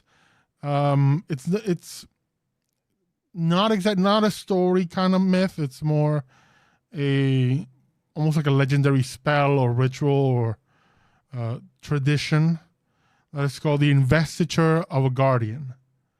And it says that legend has it that in times of need, when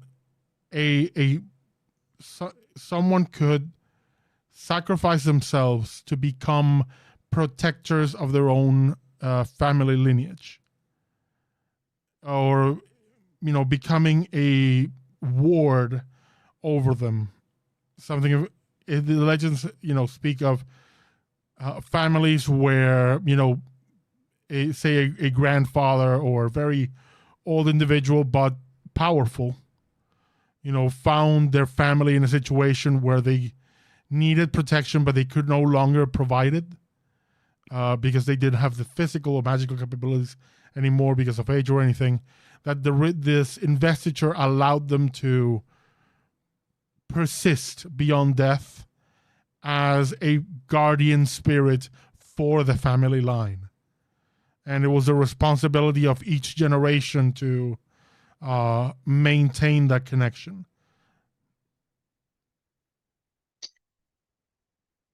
I now want to It's look in the other one. It's essentially a sacrifice, and that book appears in the search as the most famous example of in old folklore is of Revere the Martyr, also known as Revere Martyrius,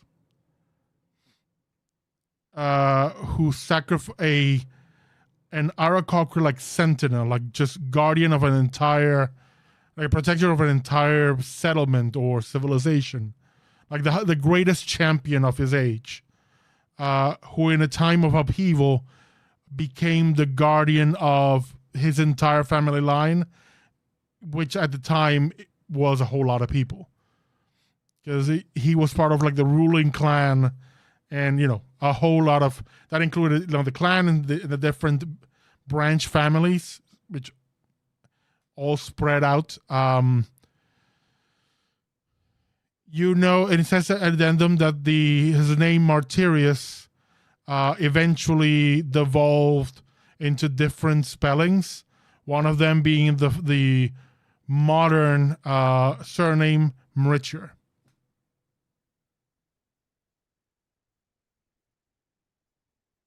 Okay. So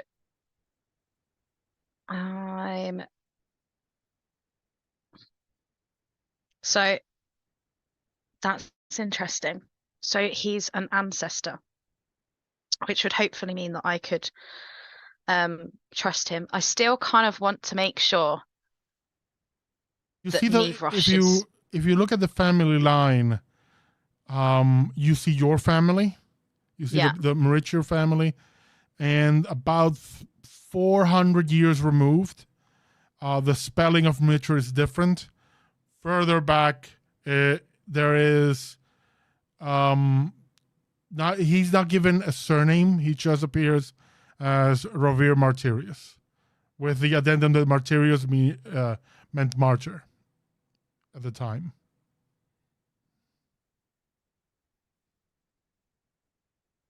He is your ancestor from about 1,500 years ago.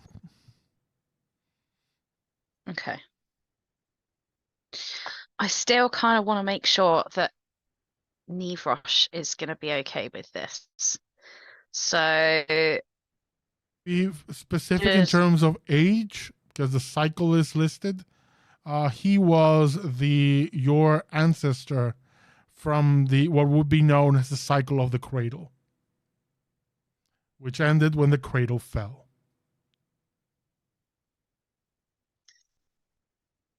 Okay. Which I think I don't need to remind this group what that was. Yeah. Okay. So, okay, I have what I need from the library. Is there a specific way that RaQui would know of to try and have a conversation with Nivrosh? I mean, the easiest way would be to go to one of the temples of the Pantheon, or a place that is connected with death, like a graveyard, the morgue, for example. Like your office would be a good place. I'm going to head to the morgue then. There's also always the commune spell, but I don't think you have that spell. No. That spell, so you would need to go one of these places, and once there, let's have you I'll make a religion check or insight. They're both the same. That's good. 12, 6, 18. 18. It takes you, the result just means how long it takes and for you to get a connection, how strong the connection is. That is more than enough. You sit there and you focus on that sense of stillness of death that you are very much used to in your line of work. And through it kind of feel that connection you have with your companion spirit, which is your mom. And much like before, it's almost like you push maybe too hard and go past her straight to Nirosh, who you see him in your mind's eye as this robed blue skeleton just on a rocking chair in the middle of like the edge of existence, like just empty void all around you, except where you are and where he is. Says, "Hello, RaQui."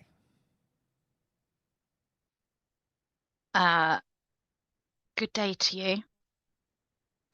I'm sorry to disturb you. I appreciate that you are exceptionally busy. I wanted to honor the alliance that we have, and something has come up that I wanted to make sure it would not cause you any offense. There is a legend or tradition amongst Arakocras that allows a guardian, so to speak, for family lineage, and my family's guardian has approached me to reinstigate that guardianship, which I didn't want to do without your agreement, so to speak. I appreciate your loyalty, but do not worry. It is whatever you decide with Revere will not interfere in our own agreement. So you are aware of who I speak? I am the keeper of the lost. Everyone who dies is part of my flock. I should have thought you would know. Yes. And you don't see any issue with me reinstigating that guardianship? No. Okay. Thank you. I'll leave you to get back to your day. Get back to yours then. Oh, don't tell him that I said so. It might unnerve him. But tell your friend Errol to keep the faith. And the connection disappears. That's odd.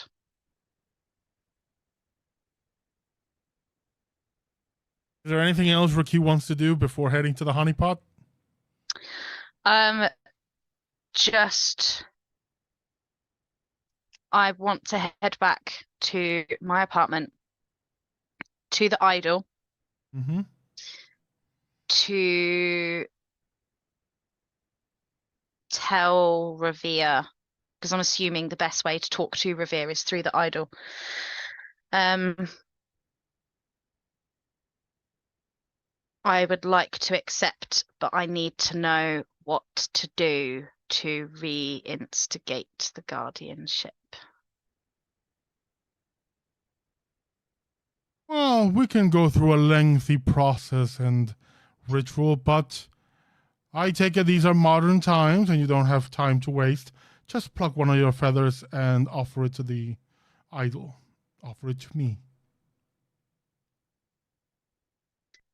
I pluck one from somewhere that isn't going to be noticeable, hopefully, and offer it to the idol. You offer it to the idol. It is, it disappears, just vanishes without a trace.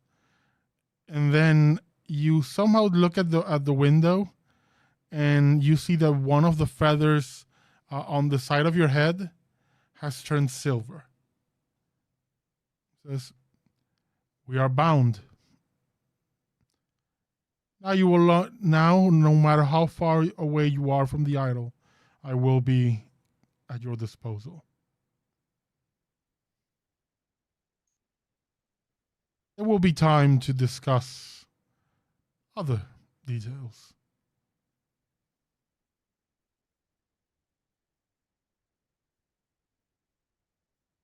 Thank you. Although so much for it not being noticeable. I think people are going to ask questions.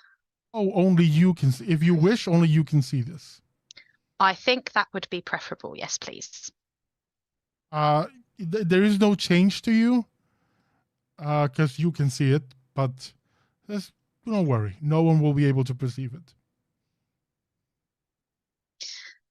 Just for now. Unless they have, very powerful magical means of piercing illusions and other such abilities. Yeah, I guess we'll cross that bridge when we come to see my aunt. Something tells me she'll be able to see it. We shall see. RaQui kind of just fiddles around with more paperwork in her apartment until it's ready to head over to the honeypot to meet the guys. Although she's going to get there a little bit earlier just to pre-warn her dad. Okay. When you're getting ready, Ravi says, "Oh, by the way, now that we have restarted our partnership, my guardianship, I will grant you the first of my boons. From now on, any spell that you have that deals damage, you can freely elect it to deal lightning or thunder damage." Ooh, that's cool.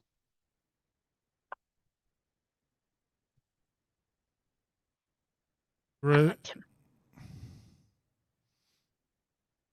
The ability is called Brand of the Storm. That's cool. Or we can call it Thunder Squawk, as chat is saying, whichever you prefer.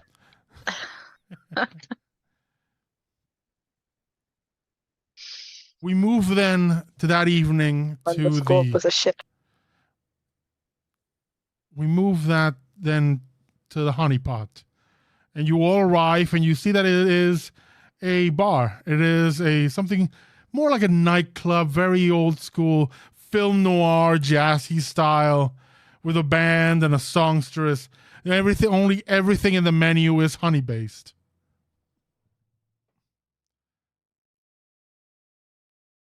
And you are you are all received and moved to a very large table that has been reserved for a very large party. Will, do you take your mom, your brother, and them, or they are perfectly fine with staying behind? They've been out all day, during the tourist stuff, so they're fairly fine with just letting you and Clara do this on your own. If you want to go out on your own, I would message RaQui first, just to get the sort of vibe of what the evening was going to be about. Yes. So what will it be about, RaQui?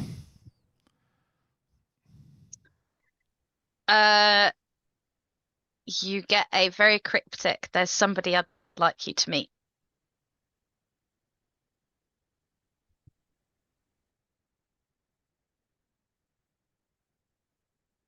So I will respond back with, "Not a family affair. Not family affair suitable then." Or so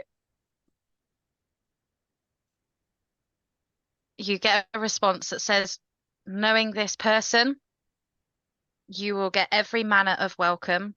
Everybody will have a fantastic evening. There will be plenty of drinks and plenty of entertainment. So family is more than welcome. And then I will take my family as well. Okay. Errol, you go with Corin. I'm gonna text RaQui. Dress code? Question mark. Business, pleasure, both.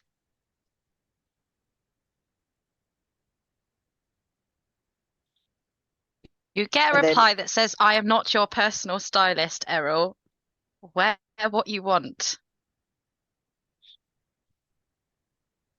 Corin has, while you were worried, checked out the place and some reviews. It's stylish. Let's go with stylish, Errol.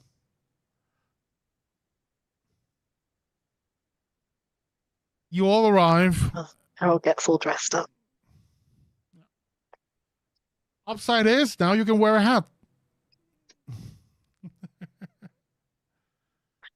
It sits kind of awkwardly, like slightly up. I mean, but it sits on his head before now. it couldn't even sit. So, Nope.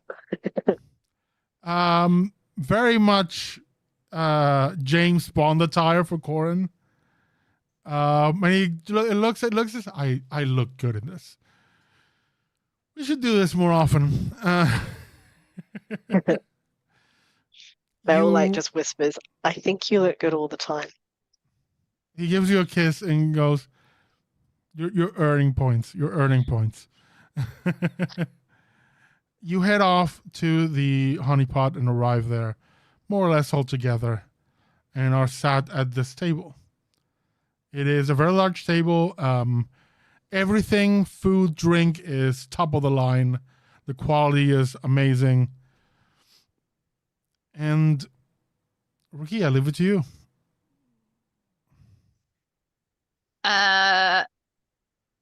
So I don't think there's any way on this planet that I'm going to be able to hold my dad back for too long. So I'm going to wait for everybody to get settled and have a drink. I will point out RaQui is not wearing scrubs at this precise moment in time. She has changed. She's not wearing scrubs. Just to be nice to her dad.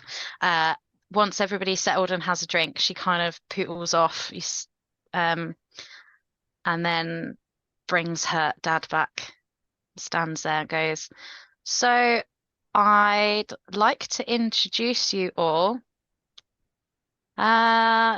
This is my dad. Dad, this is the friends I was telling you about. Dressed very much like a maitre d' at a fancy restaurant, fancy hospital, fancy restaurant. You were just, hello everybody, welcome. I am so glad to have you all here. I've heard bits and bobs about all of you. Welcome. Everything is on the house tonight for you all, so indulge. My name is Quaff. And he just pulls her into a hug. I am this wonderful lady's father, and if you need anything, just let me know. I have all the embarrassing stories and all the kid albums if you're interested. And he goes, oh, I must go into the kitchen a moment. I'll see you just a bit, and just runs back into the kitchen. Wow, RaQui. I like him.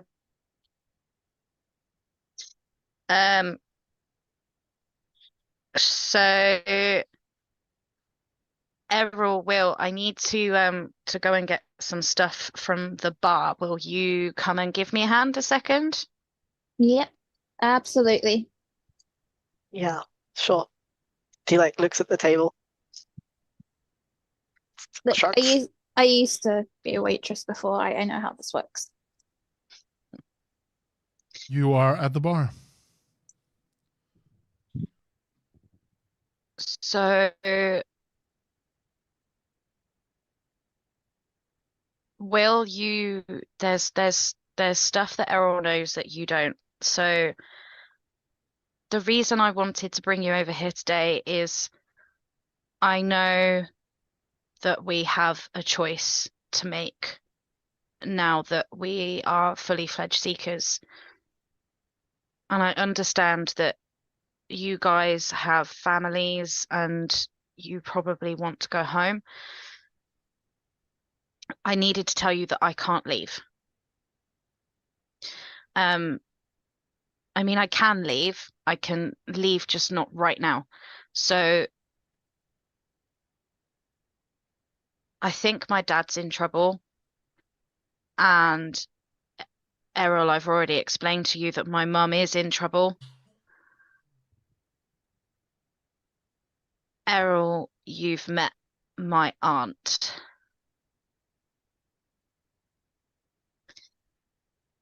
That's a strong word.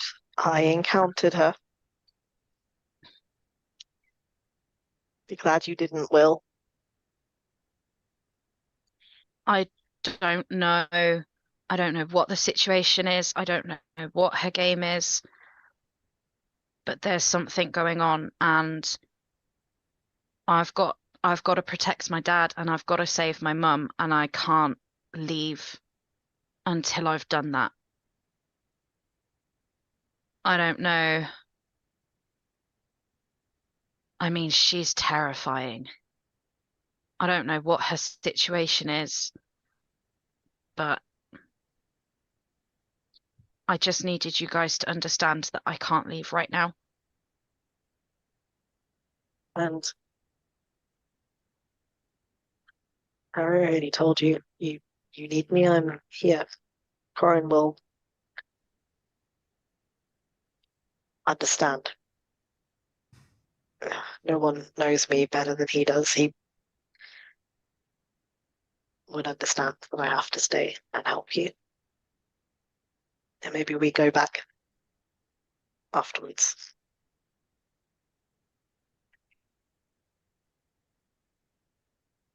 I'll go wherever the job takes me once I know they're safe. But right now, they're not, and I can't leave knowing that they're not. No. I wouldn't. In your shoes, RaQui,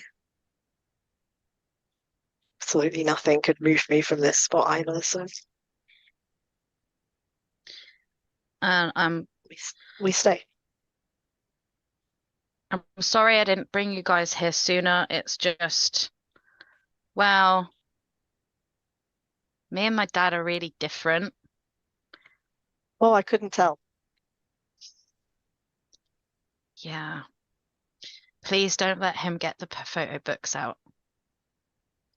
What? Absolutely not, if he's got them here. You all saw my baby photos. I was kind of a cute baby. I'm sure you were a cute baby. Errol, no baby photos. RaQui, I'm not. Who am I to stand between a dad and his doting on his daughter? What do you want me to do? Tackle the guy if he brings them out? I'm not tackling your dad. I see the dogs. Please, no baby photos. I won't ask for them. Will. I won't ask for them either, but I am more than happy to oblige if he so chooses to partake in showing of. I just offer a fist to Will in solidarity. I hate you RaQui, guys. You hear a voice in your mind saying, "This once." Because as I said, I appreciate the loyalty. I'm going to give you a little gift. Tell your father to head to the dance floor.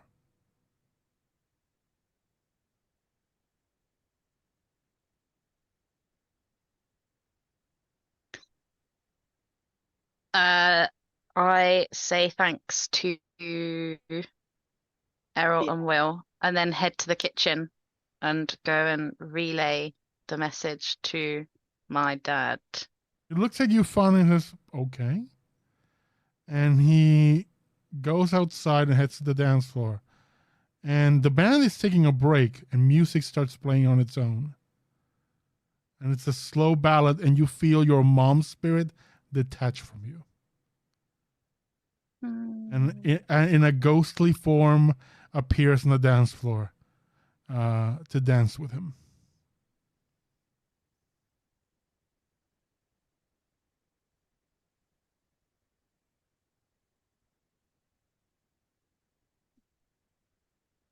That lasts for, as long as it saved me the last dance.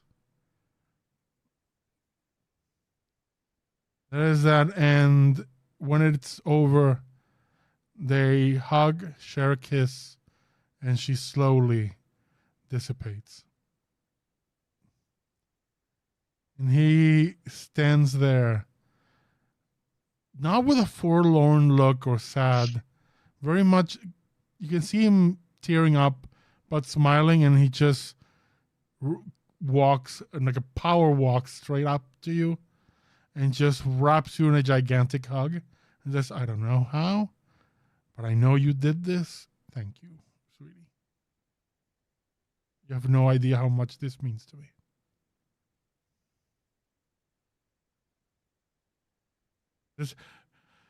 I'll hide the baby photos.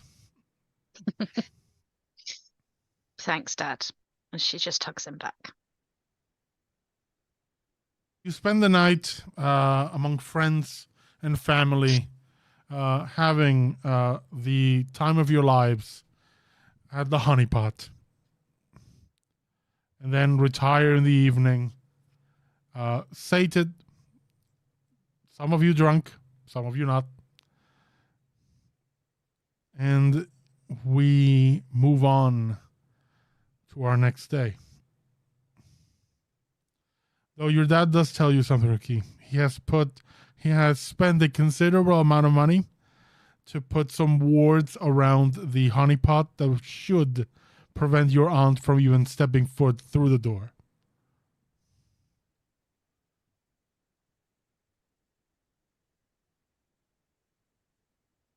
Good. I'm glad.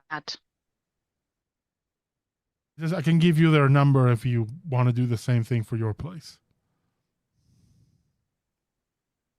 I get the impression she doesn't want to hurt me, but I'll take the number just in case. We come to the next day, and we can move things along a bit in the essence of time. I'm going to guess Will, RaQui, and Corin, and Clara will go with Errol. Where are you heading, Errol?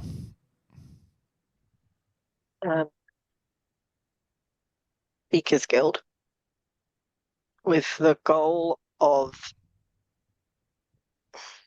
explaining the situation. I mean, he'll check that with RaQui because he's not sure how the Seekers feel about handing over some information about a dude Errol's going to go theoretically put back to hell.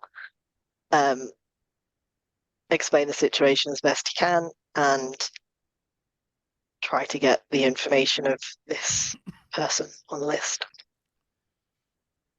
RaQui, you can make a history check if you like. I'll allow one for you, Errol, or you can, help RaQui, give her the aid action so RaQui can roll with advantage if you prefer. I'll aid. Okay, because that was really bad. Well, that was better. 13, 6, 19. 19. You know that in these situations, as long as the guild can confirm that there is a contract and there's a legally binding contract with the Asmodean office, they should go for it because it is a legal matter. Particularly in other parts of the world, it may be iffy, but here in Cardis, Asmodean law is very much recognized fully. It is their patron deity. So, yeah. Just relay all of that to Errol. Say you should be fine. Errol doesn't have a contract, but can he show is there a?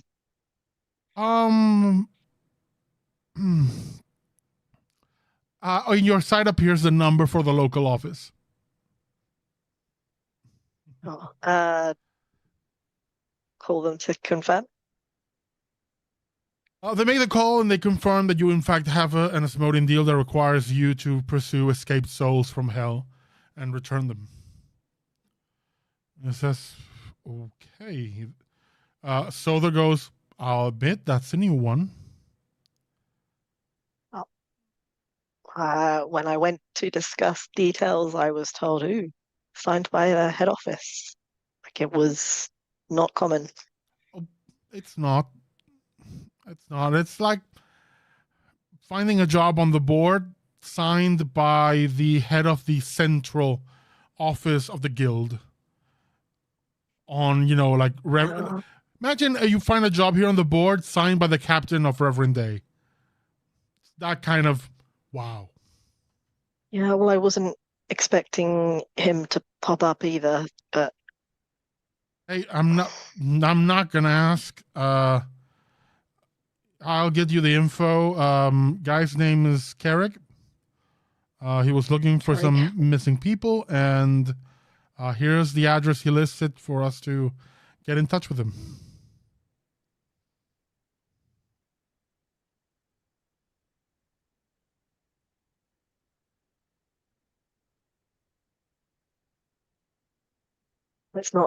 there isn't any pressing. It's not going to clash with whatever he was doing here with Rock Trick.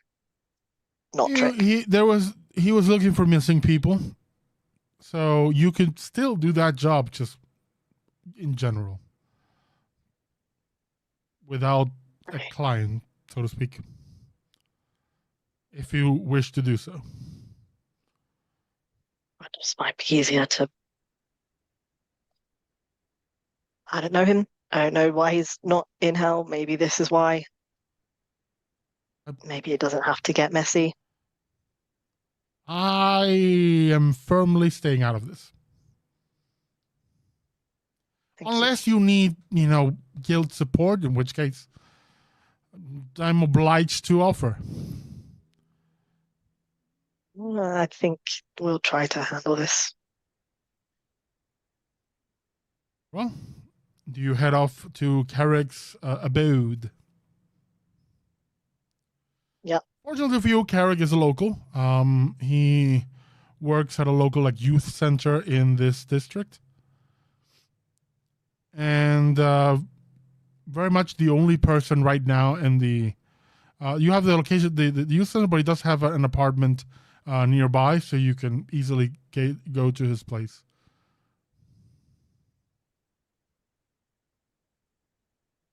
Okay. Which place would you like to go? Probably not the youth center where there's bound to be lots of people. Okay.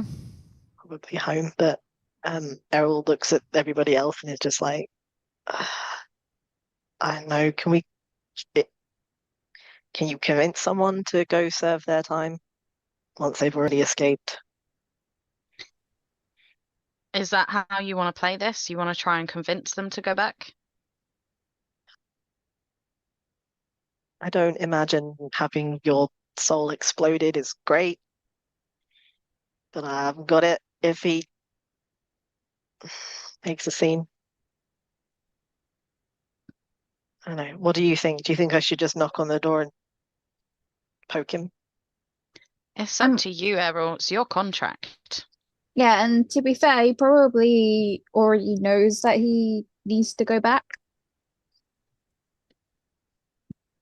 He might be expecting you. All right, Clara looks at you and says, if he's already escaped, I don't think you're going to be able to convince him. Well, I was thinking I just needed someone to tell me that was not an option. Don't like any of this, just so we're all clear.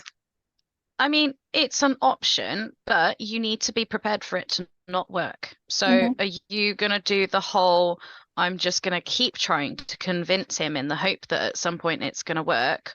Or are you going to be prepared to try and convince him, and the second it doesn't work the first time, you stab him? Yeah, you need to have multiple plans in place just in case. I mean, I'm more than happy to like rugby tackle him to the ground if you need it, someone to keep him on the floor. I'm just nervous that he won't be alone. And I don't think anyone else should have to witness whatever happens when you jab a soul with this stick. I'm told it's fucking messy. Not your problem. He's got to know that this day is coming sooner or later, Errol. He's the one that escaped. He's probably been looking over his shoulder since he got out. Mm-hmm. So if he's prepared to have people around him in that situation, that's his choice. You've got a job to do and you have to do it. No more procrastinating. It's got to get done. All right. Let's go talk to this guy. You go up and knock on his door. He says, "Yes." Eric? Yes. Who is it? My name is Errol. Can I come in? I don't know an arrow. What is this about?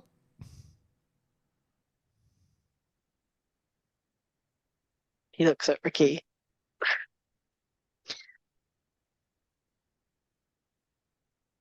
Hi, my name's RaQui, Dr. RaQui MriTtyur. I'm here with Errol. We're from the Seekers Guild. Would you mind opening the door for us? Oh, you are here to respond to the request. The other gentleman suddenly disappeared. Thank you. And he opens the door. You see Errol before looks you at Ricky like, you see before you an young elven man, long brown hair, like chestnut brown hair, wearing a long flowing, almost like priestly robe, but it is bright green. And he's like, "Yes, please, come in if you wish." And he opens the way for you to come in. RaQui's gonna go in and she's gonna scout around to see if there's anybody else that she can see. Make an investigation the check home. for me.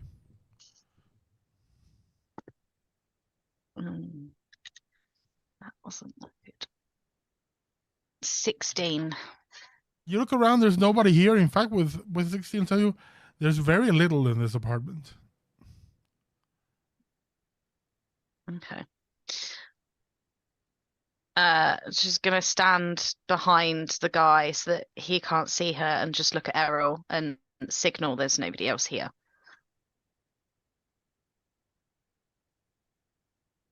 these missing people. What happened?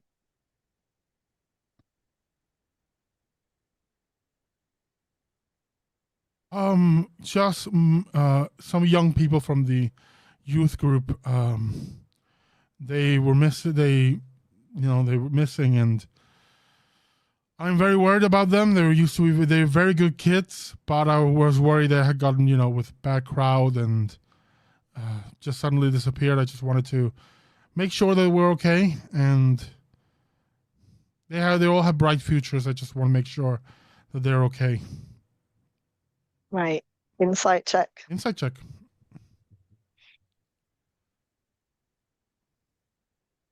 16. He seems genuine, sincere.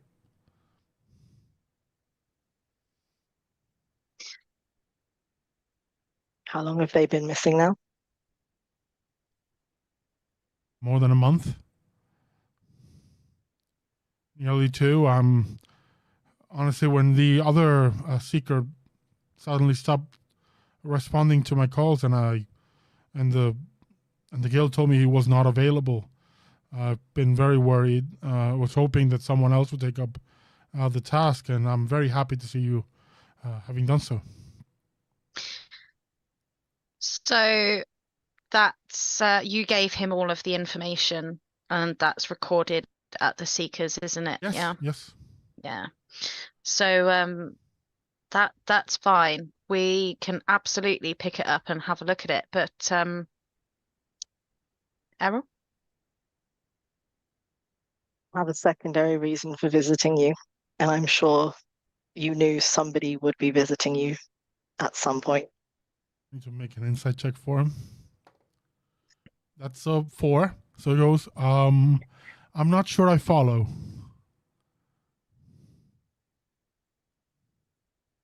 You're not supposed to be here.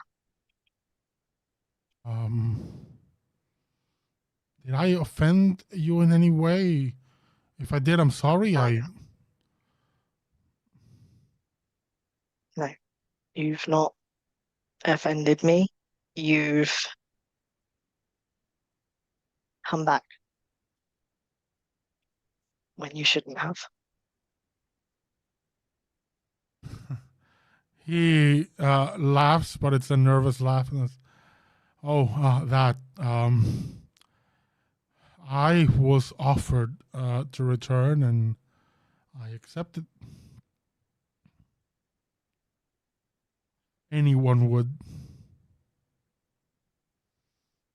I have no idea Did you make a how that is. deal to get out? No. No signed contracts, no deal with anyone. I was offered release, and I took it. From who? I don't know. Whoever they are, they are. I bless them every day. I'm sorry that I've come to collect.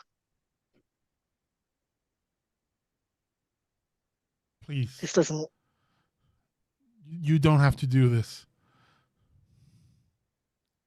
I do. I do have a contract.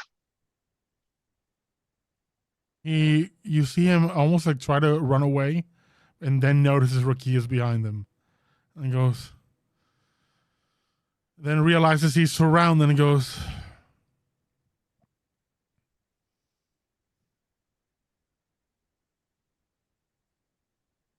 What you will then. He just closes his eyes.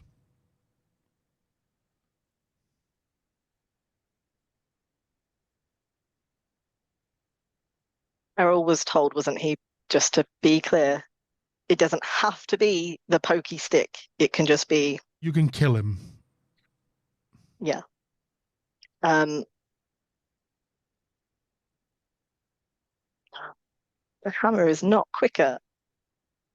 I thought about this, and then I was like, the hammer is not quicker. Nor cleaner.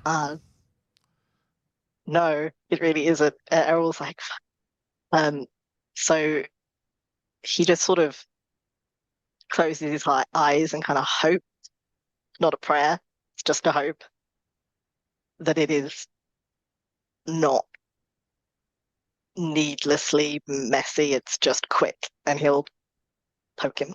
As you're raising your arm with the thing in your hand, stop.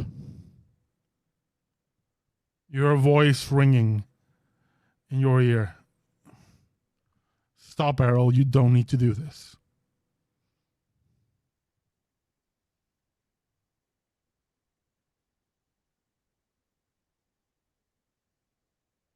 Hello? Is he like looking at everybody else, like poised? He doesn't know if everyone else can hear it. You can all hear this.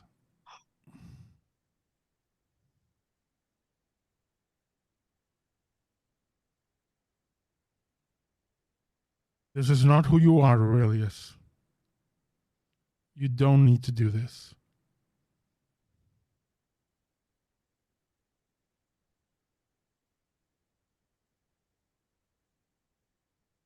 It's not I was told.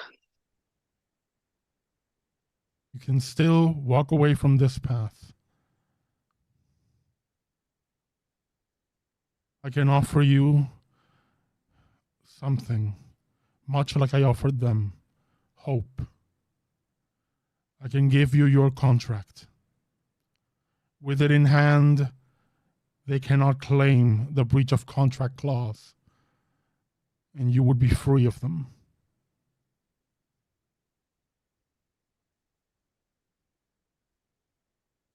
Making another deal with a No deal, voice. no negotiation. You take this and walk away, and we never see each other again. You never hear from me. You never need to make another deal in your life. In fact, if you take this, the head office will more or less brand you. I think the term is persona non grata. No deals will be accepted from you or made for you.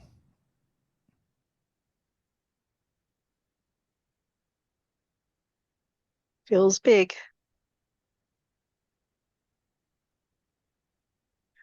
Who are you to have that kind of Someone who has been bound to this authority? realm far longer than any other. Someone who saw justice and followed the wrong leader, found themselves bound to hell. But someone who has learned how to exploit the weaknesses on this very corrupt system. My insight check of Make an insight check. bodiless Any of you can make an God insight voice. check. I'm gonna do an non-corporeal insight check. voice of possible God. What's my name? 23. 23. The cadence is simple. The tone is confident. You cannot sense any falsehood in the statement. Of course, you don't see a body to read, body language or anything, but the tone is clear. The message is concise. You know full well, because you've been around liars, that the bigger the lie, the more bullshit people add to it. This is simple and direct and has answered every single one, has answered your questions directly without, taking any time. So from what you gather, sincere in what they are saying.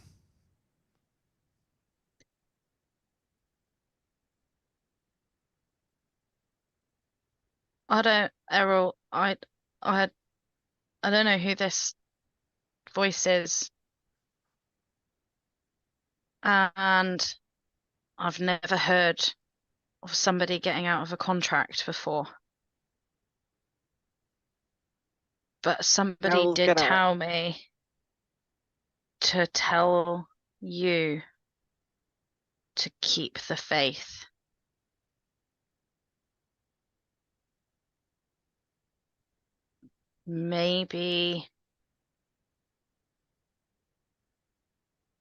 Maybe there's another way out of this. I don't know. I've never heard of anybody getting out of a contract. Can Errol just close his eyes for a minute? And I mean, the last time he tried to pray, he did not get through to his goddess. He got Asmodai. Make a religion check for me. Me? Yeah. Insight, That or insight, my whichever you modifiers. prefer. I'll allow insight as well. It's like definitely better than religion. It's trained for a start. 24. It's an 18 on the dice. You surmise, Having a good day. based on past evidence, that the reason when you try to pray, you get always head office is because of this in the mortal realm. This is Asmodai's domain. This is the country where he is the patron deity. He has his realm of influence on this world is far greater here than anywhere else. So you would need, if you try to get some insight from your goddess in any way, you will need to roll exceptionally high. It'll be a DC 25 insight check or religion for you to get to her. Because otherwise, head office will hear. The DC is easier if you were in a temple, a place connected to the Pantheon. That place is easier. Yeah. But here in the middle of nowhere, especially since you don't have a divine connection like a cleric or a warlock would, it's much more difficult. No, and he couldn't connect to her even when we were on Reverend Day either, because that's where Asmodai first pinged up. That case was more, it was a case of you had just died and, Yeah, and I just made that contract, so it made sense. He can't reach his goddess. But he takes RaQui's words seriously, considering she's not particularly religious type. Nope. So he'll just look at RaQui like real hard for a minute and be like, "Do you have a dame? You seem to know mine."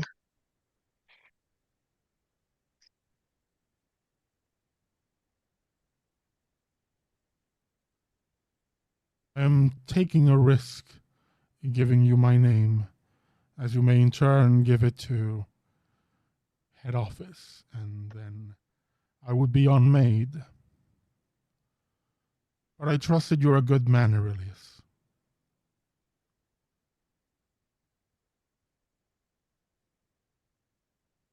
My name is Kovar. Once in another lifetime, I was one of the heavenly host, and my name was Machiel.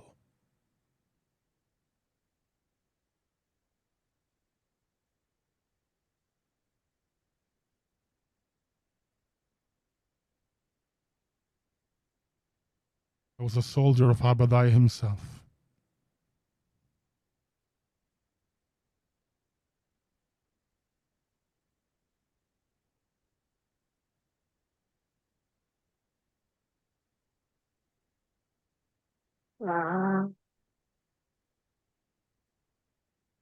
I do not want to do this.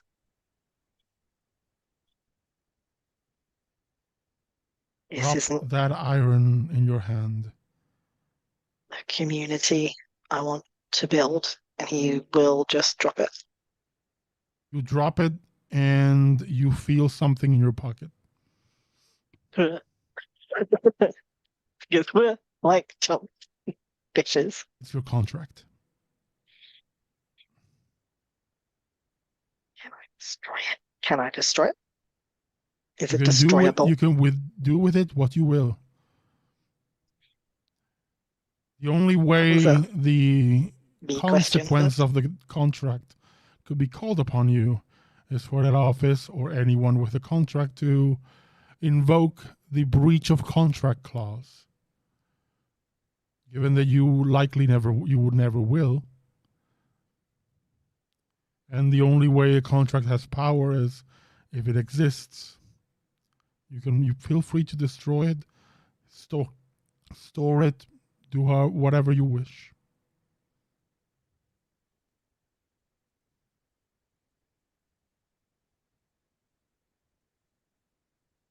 He looks to Corin and to RaQui, and is Corin is looking at you like a deer, like deer in the headlights. Like this is way over his expectations of this. Like he was ready for the carnage. Sorry, I still have the thing on. Corin is looking like a deer in the headlights. He was ready for like the carnage of this, but he's like. How do you destroy contract like this. Like, Try fully to destroy it. rip it. I don't know. It looks like paper or vellum or whatever that is.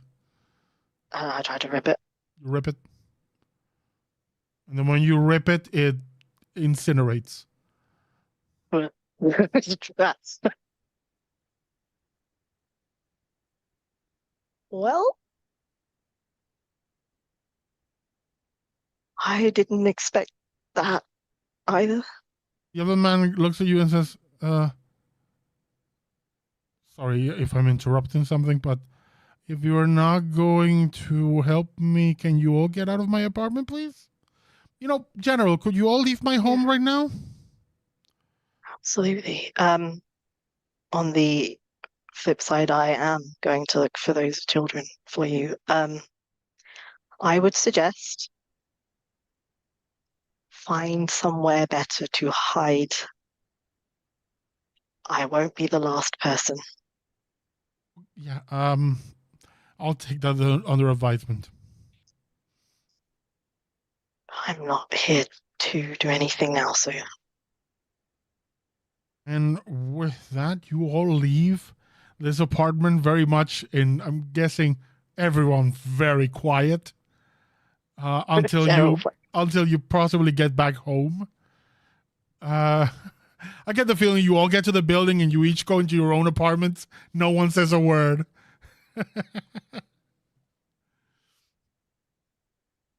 The one thing that Errol does do is he stops RaQui before they go inside and just goes,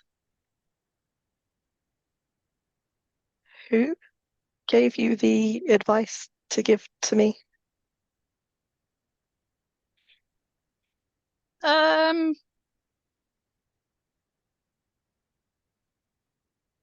It's okay. Well, I don't think you could shock me any more than I am already shocked today.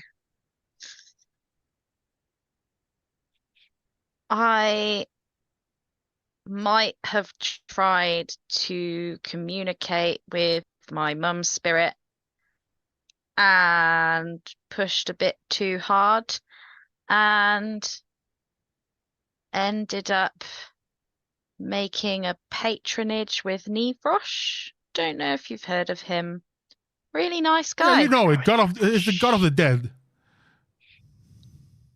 Well, just casually the god of the dead.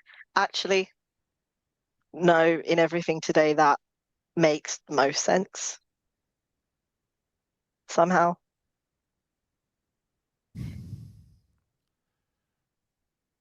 I mean, know you what? guys are always joking about how much I like dead people, so I kind of figured it was very fitting. Yeah, like definitely the thing that makes the most sense today. I am not sure what happens now, but if I never have to send someone to hell, I'll be happy. Someone who maybe doesn't deserve it anyway. I don't know that he did. But did you know how the whole thing works? Because I didn't. Like I said, I've never known somebody to get out of a contract before. Oh, no, You make a I deal, mean, you fulfill the deal's done. no, I meant the whole death thing. Did you know everybody spends some time in hell? No. What? Yeah. At least that's what I was told. Everybody does their time. Everybody for all the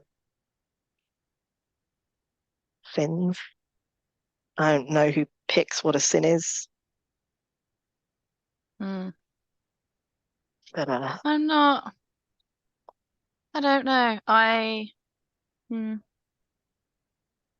didn't know that everybody winds up there for a bit, and then if you're a better person, you're not there for long, and if you're a worse person, I guess you stick around.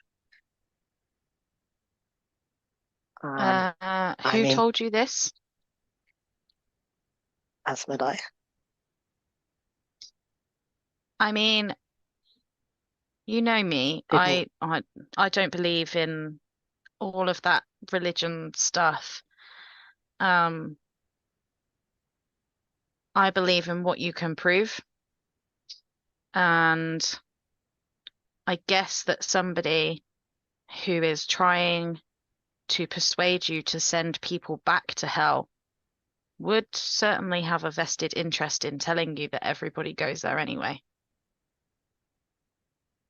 I guess. Who knows whether or not it's true? Who knows whether or not heaven and hell even exist? Why? I was definitely there somewhere. And I mean, the gods exist and the creatures that serve them and populate their planes of existence exist. So arguably there's some evidence for you, but what they say, I guess, could be lies. Everybody's heaven and hell could be different. You just don't know. So true. Well, I always assumed it was different, or at least the afterlife bit, that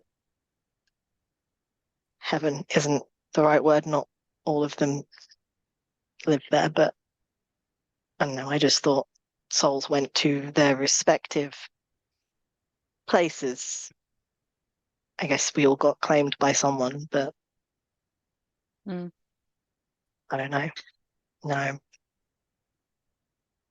Questioning don't things really, that are way bigger than me, so yeah, I don't really put any thought into it because I'm more interested in what causes people to be dead, not what happens to them after they're dead. it's not entirely true. Mm, no, I like the science of finding out why people die. I think you kind of like knowing how to keep it from happening. I mean, knowing how people die does give you a handy advantage on knowing how to stop it from happening. Absolutely.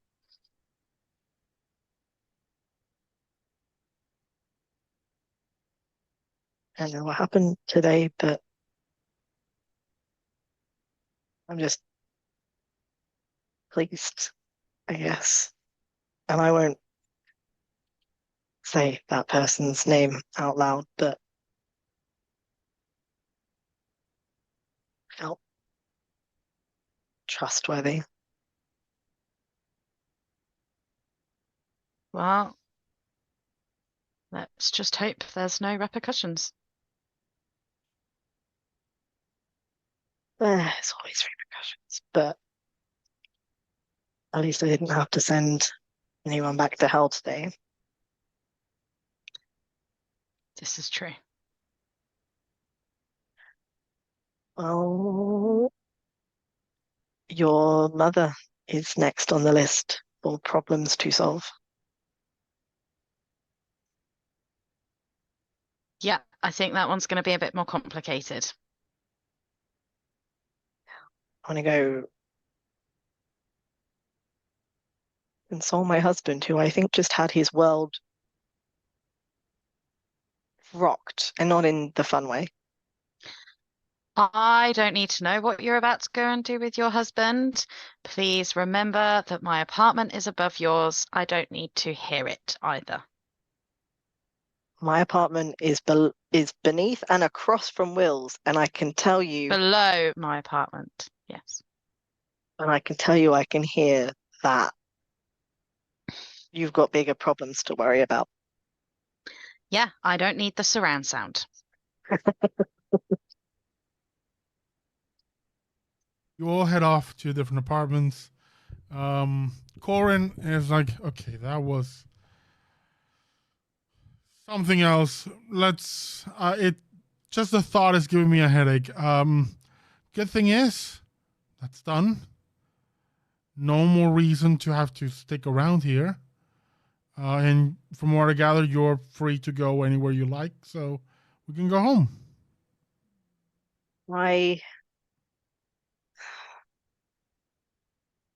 That's the plan, is to put in for transfer.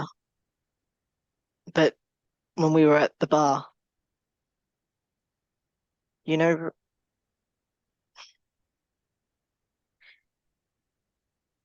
Ricky's family is in trouble and they live here. Corin's mood very much visibly darkens. And that's where Yeah. we're going to end our session. Real figures, direct and honest, because there's no other way to do that one. It's difficult being the spouse of someone who is just thoroughly selfless.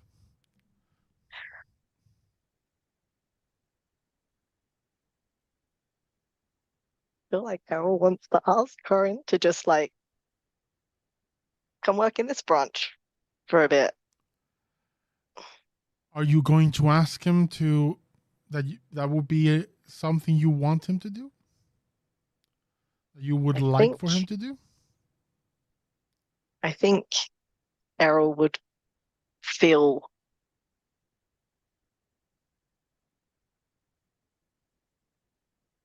I think Errol would like his husband to be there, especially since Corin Yes knows or no? Straight up, shit that's turning going on. point. Turning point for Ooh. Errol. Does Corin move to Cardis or not? Yeah, temporarily whilst Errol's here. We'll see about the temporarily. Well, it's the plan. The plan Sure. is to not be here forever. We'll see. Okay, Corin moves. And that's the end of this story arc. We'll see you all back in season 3.